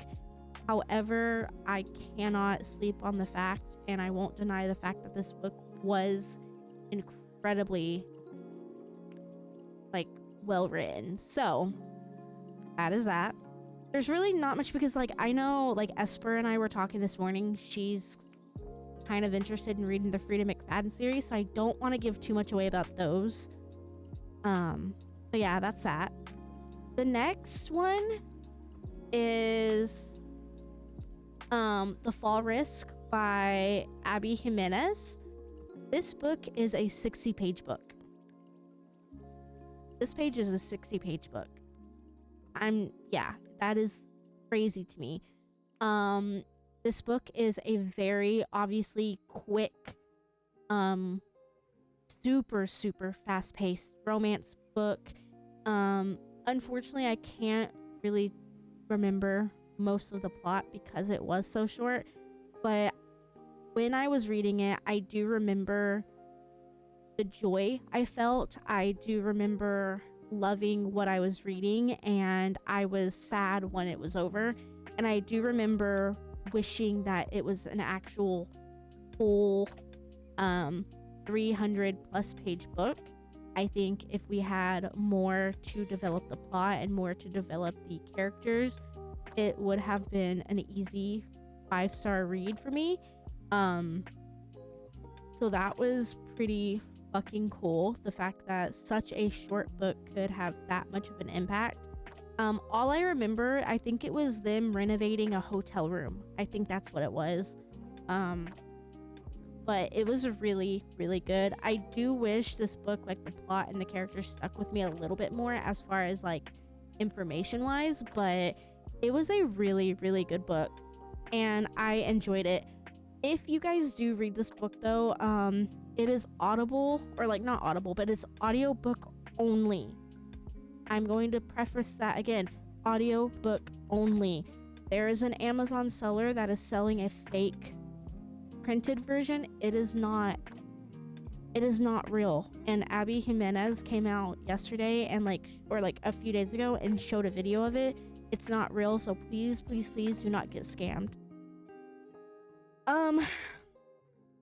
Up next is actually 2 books. I'm gonna just talk about them together. This is Sweet Talk and Seatmate by Cara Bastone.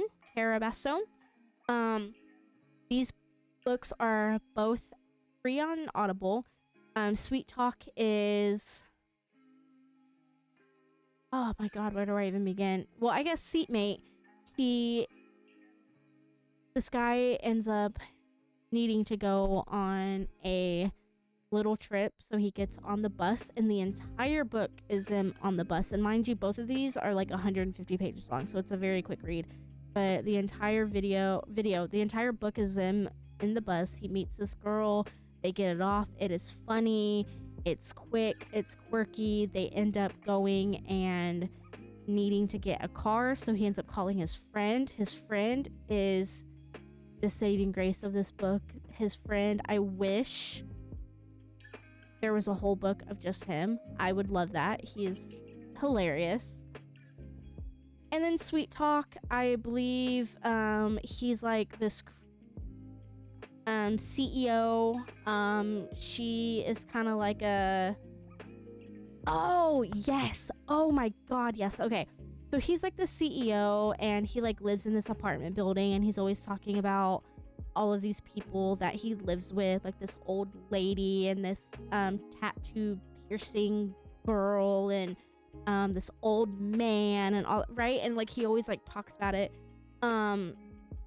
He ends up like texting the wrong person, and they end up or I guess voice messaging the wrong person. He has a weird like dyslexia type like mental condition where he doesn't do text messages very well, so he speaks the messages and sends you like voice recordings, and he ends up sending the voice recording to the wrong person, and he's like, hey, I meant to text my sister, I'm sorry. They end up doing this for like a few months, and he keeps trying to figure out who she is, and like they're falling madly in love. He even attempts to like meet her at like her favorite like coffee shop and everything, never finds her, and then one day he finally sees her, and plot twist, it is the tattooed, pierced motorcycle girl in his apartment building, the one that he went to her apartment, and she confided, or let him confide in her, whenever his apartment building was getting broken into by her brother, mind you. And like they talked once, but then he never really went back to her. I don't know, maybe thought she was weird. And then now knowing that they've been living together, and then having like this weird falling in love thing happening, it was a really, really good fucking read. I actually really enjoyed it. Finally, on this one, I have Love at First Sight. Yes, I am actually torn. I don't know if I want to put this one on Almost Perfect or Will Take No Criticism for, but Love at First Sight, this is also another 150 page book-ish, audio book only thingy. It's also from Cara Bastone. It was fucking adorable. It was funny. It was so fucking adorable. It's basically about a psych major, her and this guy. The guy is obviously her partner on this project. He believes in love at first sight. She thinks love at first sight is bullshit. They go out and they do interviews with couples, new, old, young, like 50 years together, 2 weeks together, and they basically sit down and they interview them and they record them for their college project. And they're basically like, how did you guys meet? When did you guys know that you loved each other? How is your relationship now? And eventually they start switching it up, and they get couples that are divorced even, and it turns out that every single couple agreed that it was love at first sight for them. And throughout the entire book, you know, she's kind of the grumpy, he's the sunshine. She starts coming around to be a sunshine as well. And then by the end of the book, she comes to this massive realization that she too experienced love at first sight with her partner, and she was completely in denial about the entire thing, but they ended up having a happily ever after. And this fucking book made me smile and literally laugh the entire time. Please read that one, or like I guess listen to it. It's free on Audible. I think if you listen to it at like 1.6 to 1.2, it's only like 2 hours long. It is so quick, but it is so good. If you take anything from it, please read that. Okay, I'm done. Up next is the Will Take No Criticism for. This is the best of the best. Oh, there's a theme in mine, I can tell. and I don't want to hear it. Okay, so the first one is Alice in Zombieland. This is basically a retelling of Alice in Wonderland. She just doesn't fall down a hole. She just discovers that there's like a whole group of people that can see these zombies, and technically the zombies are like non-corporeal because they're like rotting souls. Um, it's part of a series. I haven't finished the series because I completely forgot it existed. And at the time that I read this first time, only the second book was out, and I didn't feel like waiting for the third one. So I will read those and get back to you. Wait, no, I don't that want to actually hear. sounds really good. Wait. It is. It is. Um, there's even there's a part of the book where she obviously has to train because we're fighting these non-corporeal things that don't feel pain.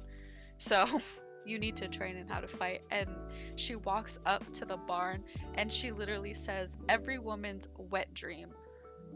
A bunch of sweaty, muscular men in one place. And I was like, I mean, yeah, word. You're living the life, girly. I won't hear anything about it. Okay? If you think it sucked, keep it to yourself. It's an Alice in Wonderland retelling. Okay? It's a 5-star for me. The next two are part of the same series. There's a third one, and I think there's like more than that because what I've seen on um, Kindle, there's more. But I've only read the first three. So we have Allison's Adventures in Underland. This is a reverse harem book, so I don't want to hear anything about it. Reverse harems can do nothing wrong. Alice in Wonderland retellings can do nothing wrong. They are fabulous books. This one just follows a girl named Allison who does fall down the rabbit hole and finds out that Underland is the direct opposite of our world, which is called Topside. So the women hold all the power and the men do not. So she needs to find a way to fix the world because the magic is kind of like wreaking havoc. So she needs to fix it while also navigating her harem of 9 men. Nice. Yep. And then the next one is Allison Through the Looking Glass, which is the second book. And no, I lie. That's the third one. The second one is Toward Tea Party, but I don't have that one on here. Oops. We can put that in there because that's a good one. But that one is she meets the rest of her 9 people in her harem, learns who she can trust, and then the real conflict is starting to build. And then Allison Through the Looking Glass is kind of where the bubble bursts and the conflict is here, and she needs to figure out how to save Underland and the men in her harem because they're all like trying to fight to protect her, but they're also getting hurt in the process. And she has to also deal with her family that she left for like a hot ass minute because she goes back home in this one and everything is all fucked up. Her sister's a bitch. Her dad is just really worried about her. Her mom is in prison. It's like a whole thing. But again, I don't want to hear anything about these books. They're beautiful and wonderful and perfectly done. Alice retellings can do no wrong. Oh, that's fine. All done. Okay, so I have a few. Not too much, but I have a few. I'm gonna start with I will take no criticism on any of these, but I'm gonna start with the lower ones and then go to like the best. So first is The Wedding Proposal. I'm so sorry. I don't know. John something. I'm so sorry. This is an Audible only as well. I went ahead and I did like a lot of Audible onlys just because I discovered you get free books with your membership, and I was like, you know what? Why not? This is a 56-minute book. So ideally, that's like what, 50, 60 pages long as well. This book is ideally about this woman. She is no longer getting married, so she is giving her wedding away to... I'm dying, hold on. Oh no, don't die. Come back. Baby, come back. My God. Holy fuck. So she's not getting married anymore, so she finds this couple that is kind of struggling to pay for a wedding. So she says, you know what? I'm gonna give you my entire wedding. The only bad thing is I can't change the cake, I can't change this, and I can't change that. So are you okay with keeping that? And they're like, you know what? It's a free wedding, so absolutely. And so she's helping them plan this wedding. They're, I guess, the new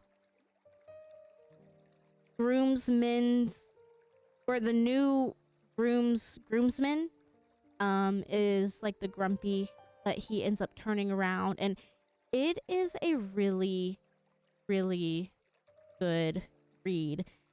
I've never read a book, or I guess listened to an audiobook under an hour and rated it 5 stars. And this book got 5 stars. I understand, and I will take no criticism on it. I understand you can't really have that much plot or development in a book that is that short. I understand, but the writing was so well done, it didn't matter. The writing was so well done with the amount that we did get was absolutely perfect. Now, if it was a full, like, blown ass novel, I would have loved it. It would have been amazing, cool. But the fact that the writer, or like the author, was so good at what he did to make this short little novella into something fantastic, I will take no criticism for it. I have to give props where props are due, and they are due here. So get over it. Up next is Call Me Maybe by, you guessed it, Tara Bastone. This fucking book, from the first second, this is another Audible only book. Well, no, I think this one actually does have a physical book, but this is another Audible book. This one is about a businesswoman. She has a website. The website crashes, so she calls support, and this guy picks up, and she's on the phone with support. Their chemistry from the first hello was absolutely spark-worthy. It was hilarious. They have me rolling on the floor dying, like actually every second LOLing. It was hilarious. And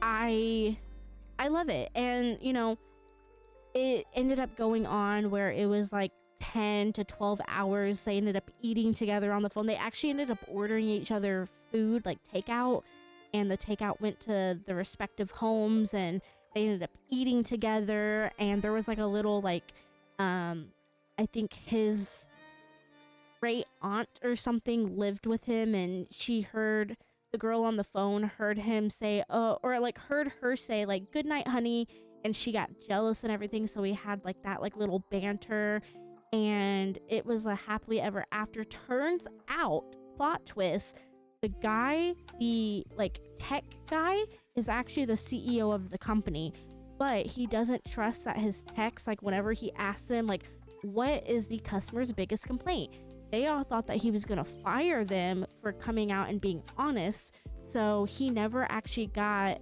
a real life update on why the customers hated X, Y, and Z. So every, like, I think there's like 1 or 2 days a month, he decides to go and pretend to be one of the little guys so that he can get all the information himself. And he just ended up finding his like actual soulmate on the phone. And yes, That's actually such a cute story. it is so good. And I think altogether, I think this was maybe a 2.5 hour book. It was really good. And I literally, if you do anything for me, just go listen to chapter 1. chapter 1 will have you rolling on the floor. I promise you, it was so good. Up next is Sinner. This is book 2 of the Priest series. Yes. Smash. Next question. Next question. Raw. Whoa. That escalated quickly. So I believe we're following the oldest brother. I have my book. Hold on. We are following Sean. If you read Priest, Sean is like the corporate suit and tie, uppity, I'm better than you type guy. And I'm just like, oh fuck. Of course we get a whole book about this jackass. Best book of the series. He ends up meeting a girl named Zinni. Do you remember in the 3rd book where it was a male on male book, I told you that Aiden, we already knew his boyfriend? Well, Zinni is that boyfriend's younger sister. Now, mind you, Sean is like 36-ish. Zinni is like 18, 19. So she is an adult, but it's like fresh adult, like new adult. And Sean is, like I said, uppity, corporate, basically. I don't remember if he's a CEO of his own company, but he is like right there. Like he is, no, he's not. He is not CEO, but he has his leg in to become CEO when the actual CEO leaves. That's what it is. So he is like months away from basically being the head of this like company or whatever. And Zinni is on the fast track of becoming a nun. So she ends up going through all of like the nun schooling. She ends up doing everything she needs to follow her faith to a T. But again, I'm so sorry. I don't know religious terms, but basically the mother nun, the head of said nuns, she basically she basically said, I don't want you to do this with any regrets. Everyone that has become a nun has had previous experiences. You are still a baby. You have no experiences. You have a month until you're supposed to swear in. Once you swear in, you can no longer go back, and you are for God always. So in this month, you have 30 days. Go be reckless. Go have fun. He as in God is not going to look down on you. So she's like, okay. So she goes to Sean. Mind you, like I said, Sean's like 36. And she says, I've never had a boyfriend before. I'm a virgin. I don't know anything. I need you to give me experiences. And so he's like, okay. He's like, weird. He's like, that's fucking weird. But he's like, you know what? Okay. So he starts treating her kind of like boyfriend, girlfriend. It's like fake dating kind of. He is very understanding and very sweet.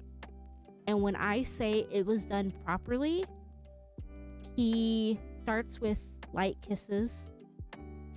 That's it. And then like a few chapters later, he might like cup a breast, and that is it. And then he's like, okay, I need you to feel something. So he includes toys this time, and maybe like a little like finger play, but not much. And then eventually he's like, okay, well, I've worked you up enough. Let's try it if you're okay with it. And he literally protects her from the moment that they get together to the moment that they don't. And he ends up actually turning down the big job promotion to be with her. And he ends up going on her day, like on the actual, like, I guess, let's say graduation day. And once she sees him, she realizes, you know what? I think this is God's way of saying, like, he has bigger and better plans for me. I'm gonna do this. And they end up getting married. And in Saint, which I mentioned earlier, they have a few kids. And it is a wonderful, wonderful book. You see the character growth with Sean. He goes from a heartless, just asshole to an actual loving and very caring human being. And I love this book so much. It is the best book in the series. And if you're like, damn, I don't want to read the other one, so that sounds good. Yes, they are a part of a series, but yes, they can also be read as a standalone. He does kind of mention Tyler and Poppy, but he kind of mentions when my brother left his fate. You know what I mean? So like he kind of mentions what happens, but he doesn't go into straight detail. So if you want the details, you have to read the others.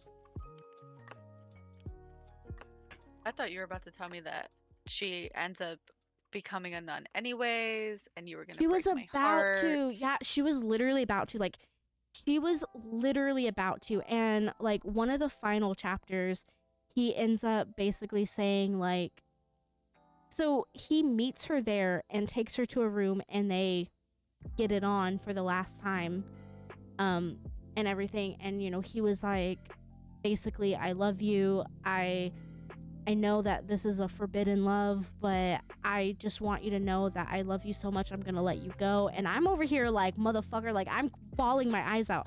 So he leaves the church. He gets a phone call on his phone. It's like Mother Superior. And she said, if I were you, I would walk a little bit slower. And he's like, what? He turns around and she's sprinting after him. And Aww. it was That's so cute. It was perfect. I will take no criticism for this particular book. I almost didn't read it because I am not religious at all, but I kept hearing it was so good. I liked the first one. I actually loved the first one, but man, the first one was in February's wrap up. That's why I'm not talking about it now. But Sinner was the best book in this series, hands down. Almost done.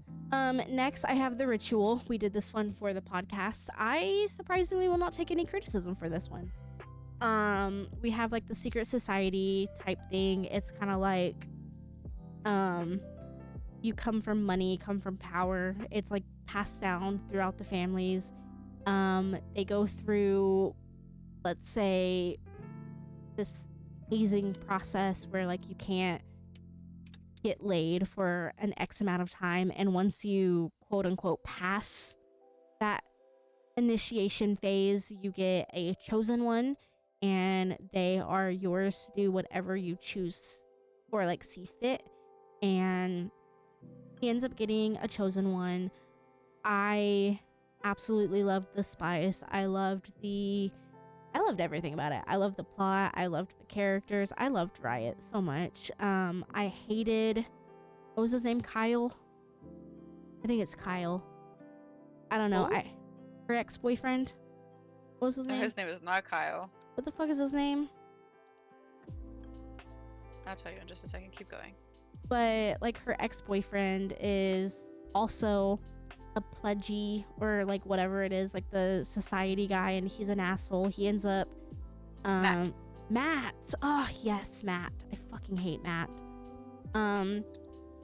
There's some kidnapping involved, there's some pew-pewing involved, there's a lot of sexual shit involved. It was fun. It was a fun read. I really liked it. I really did. I have nothing bad to say about this book.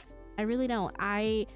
The next book I'm about to tell you about put me in one of the roughest reading slumps I have ever been in my life. I attempted to read between 8 and 10 books, and I soft DNF'd every single one of them. And I say soft because I don't think I wasn't interested in them. I think it's because I was in a reading slump and nothing piqued my interest. But this was The Ritual was the first book that actually made me feel something for a book again after the last one. So I will take no criticism for this. I loved every second of it. It gave me very much Haunting Adeline vibes, and even though it's not like on that same level as Haunting Adeline, it still gave me the vibes of that. And Riot is like Zayd's like fucking little brother, but whatever. So up next is 2 books. Technically it's 1.5 because the second book is only 40 pages long. It is 40 pages. That is 1000% necessary, but I am discussing Under Your Scars and Delilah Under Your Scars. Under Your Scars is book 1, so it's the black cover you saw, and then the white cover is book 2. This book is one of my all-time favorite fucking books. All-time favorite book. And I will take no criticism for it. I have to take sippy because strap the fuck in. Okay, so we follow the main character. Hold on, let me grab my book. I need my book. I'm so excited. She's so excited. And she just can't hide it. Me.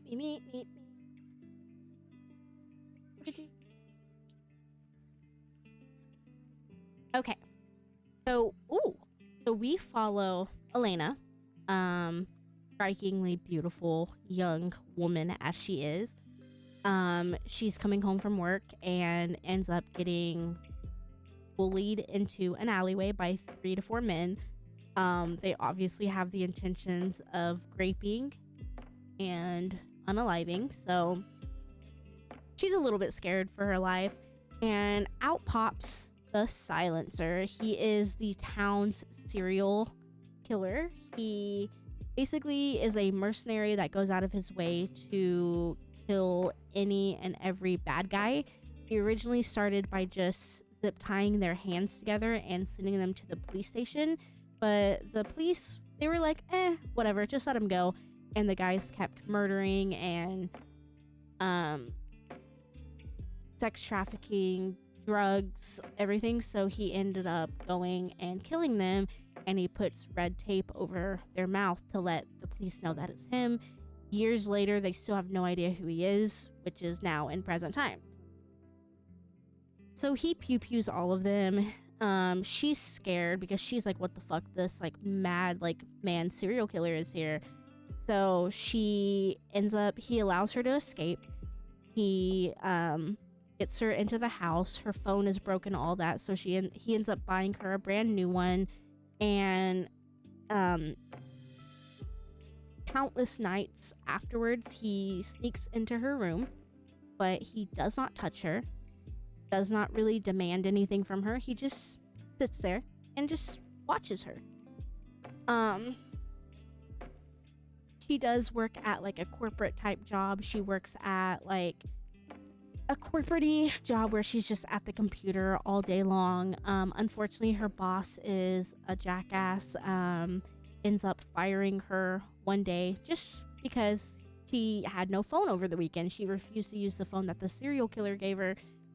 So she, I guess, missed a random pop-up deadline thing that her boss needed her to do, and her boss said that she was unreliable, so she got fired. So as she's leaving the office building with all of her stuff, she ends up colliding with none other than the CEO of the company. And the CEO is like, where are you going? And she's like, oh, like I no longer work here. And her boss comes over like, oh yeah, this piece of trash, she's no longer here. He's like, my office now. So all 3 of them go up to his office, and he starts threatening the boss guy, and he's like, what the fuck is your problem? You do not fire my employees like this, blah blah blah blah blah. And he was like, you know what, instead she has a job again, but you're fired. And he's like, what the fuck, you can't fire me, I'm like the best like attorney in like the fucking whatever. And he was like, I'll break a finger for every single minute you are not out of here. And then hands a stopwatch to Elena, and he was like, go ahead, start the timer and let me know every time it passes 12. And I'm like, what is this boss bitch move right now? So then, you know, yeah, so that's the thing. So the serial killer is still fucking with Elena, still going into her house, does actually suggest something with her now, like sexual wise. She's like, no, but then she's kind of feeling it, but she's like, no, please don't touch me. He respects her. He doesn't actually ever touch her, so that's good. There's no like rapey thing going on there. The only thing that's he does tamper with her birth control and turns it to like placebo pills. But then she ends up kind of getting in with the CEO. She really likes the CEO, and they end up dating, if you will. So he kind of promotes her, and they share an office now. They have matching desks and everything, and her life's going well. It's getting spicy. She can't really afford much, even though he's like a multi-billionaire. So she ends up getting a job at this underground bar, which has like the top like sex traffickers and shit, which ends up taking a notice of her. So the CEO starts coming around. I think his name is Christian. Yeah. The CEO starts coming around. Whatever, and then she feels like she's in danger, so she ends up confiding in the serial killer, and the serial killer ends up going and murders a few of the head honcho's men. The CEO is a really fucking great guy. He actually takes like homeless people and like survivors and puts them into like this whole separate community, if you will, and like the kids of like the survivors, they end up getting jobs like bowling alleys, movie theaters, all that, and everyone has a place to live. So he funds this whole community, and this community is only for people that he puts there. So that's really cool. There's this like tiny little girl. Her name is Caroline. Fast forward, plot twist, the CEO and the serial killer are the same person. Kind of like a split. Yeah, it's like a split personality type thing. Oh, interesting.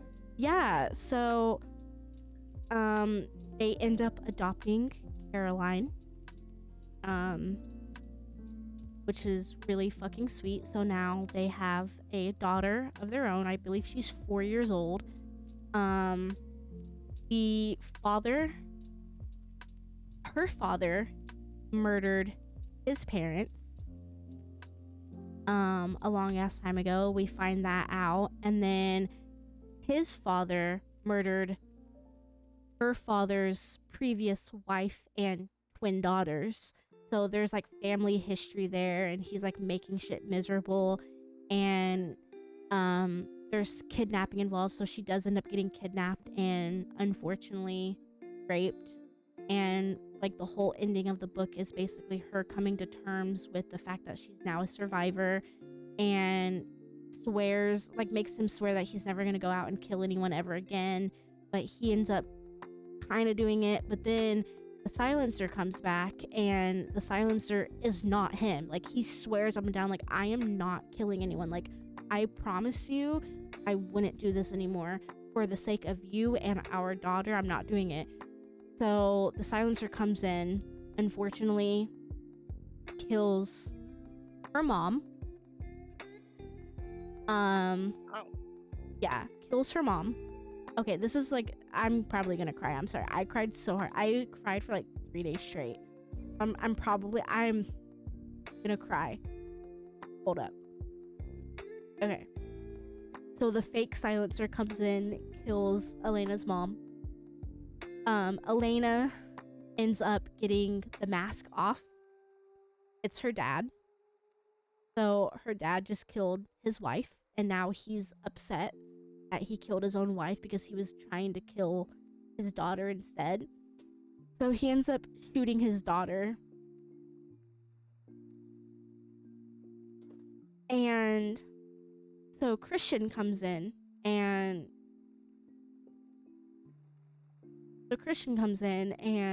everyone's dead. Elena had just basically taken her last breath. So he's holding her, like rocking back and forth, like, no, we can't do this. And then all you hear is, Daddy? And he's like, yeah, baby, what's up? And she's like, Mommy said we were getting pancakes this morning. And he was like, yeah, baby, of course, I'll make you pancakes. And so he basically says, just take your bunny, count to 100, and by the time you get there, pancakes will be ready. And she's like, but I can't count that high. And he was like, well, just count as high as you can. She's like, okay. So she takes her buddy, turns around, and he kills himself, leaving the girl all by herself. Hello? It's so fucking sad. Which brings us to book number 2. As I mentioned, it's 44 pages long. Caroline is now 17 years old. It is 13 years later. His Christian, aka her father's empire, completely fucking crumbled. Everyone found out that he was the serial killer, and his, like, her trust fund is gone, the company is gone. It's all over, like, the tabloid. Even when she goes to their graves, people write killer, like, fuck you, like, they just write horrible things on them, like, with spray paint and shit. And she goes there every year to, like, clean them and everything.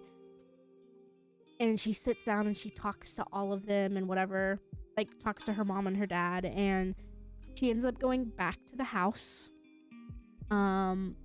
Even though it takes a long time, she does step into the kitchen and stands over where her parents' bodies were. She goes up to her room, looks at all the stuff there, finds her blanket. She said the only reason why she survived is because she forgot her blanket. Or I think it was she forgot her bunny. So she had to turn around, go get her bunny, and by the time she got to the kitchen, everyone was dead besides her dad. And so she finds out, like, she has her father's brain, kind of, in a way, because he, like, trained her well in those few years.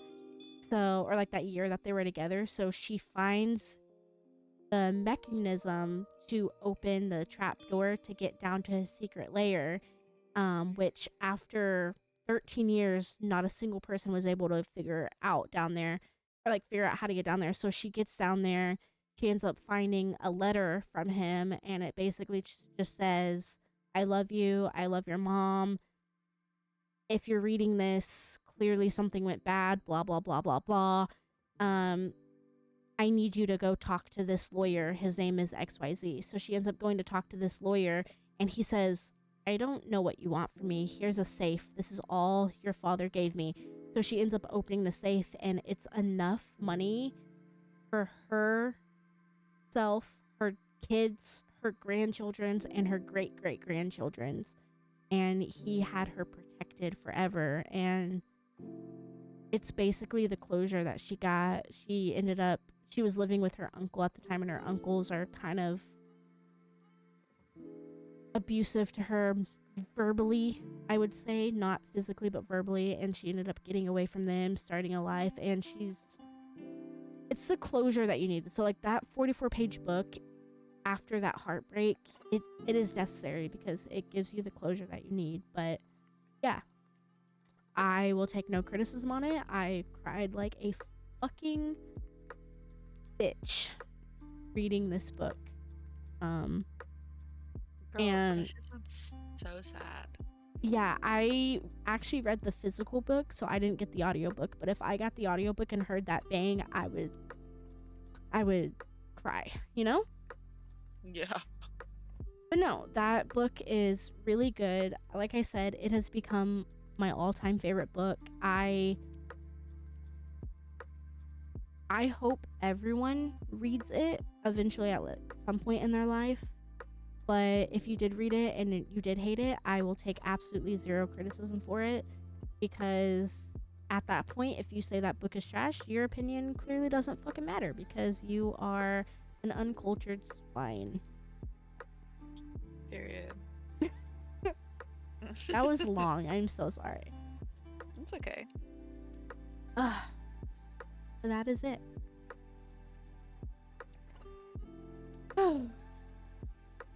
You okay?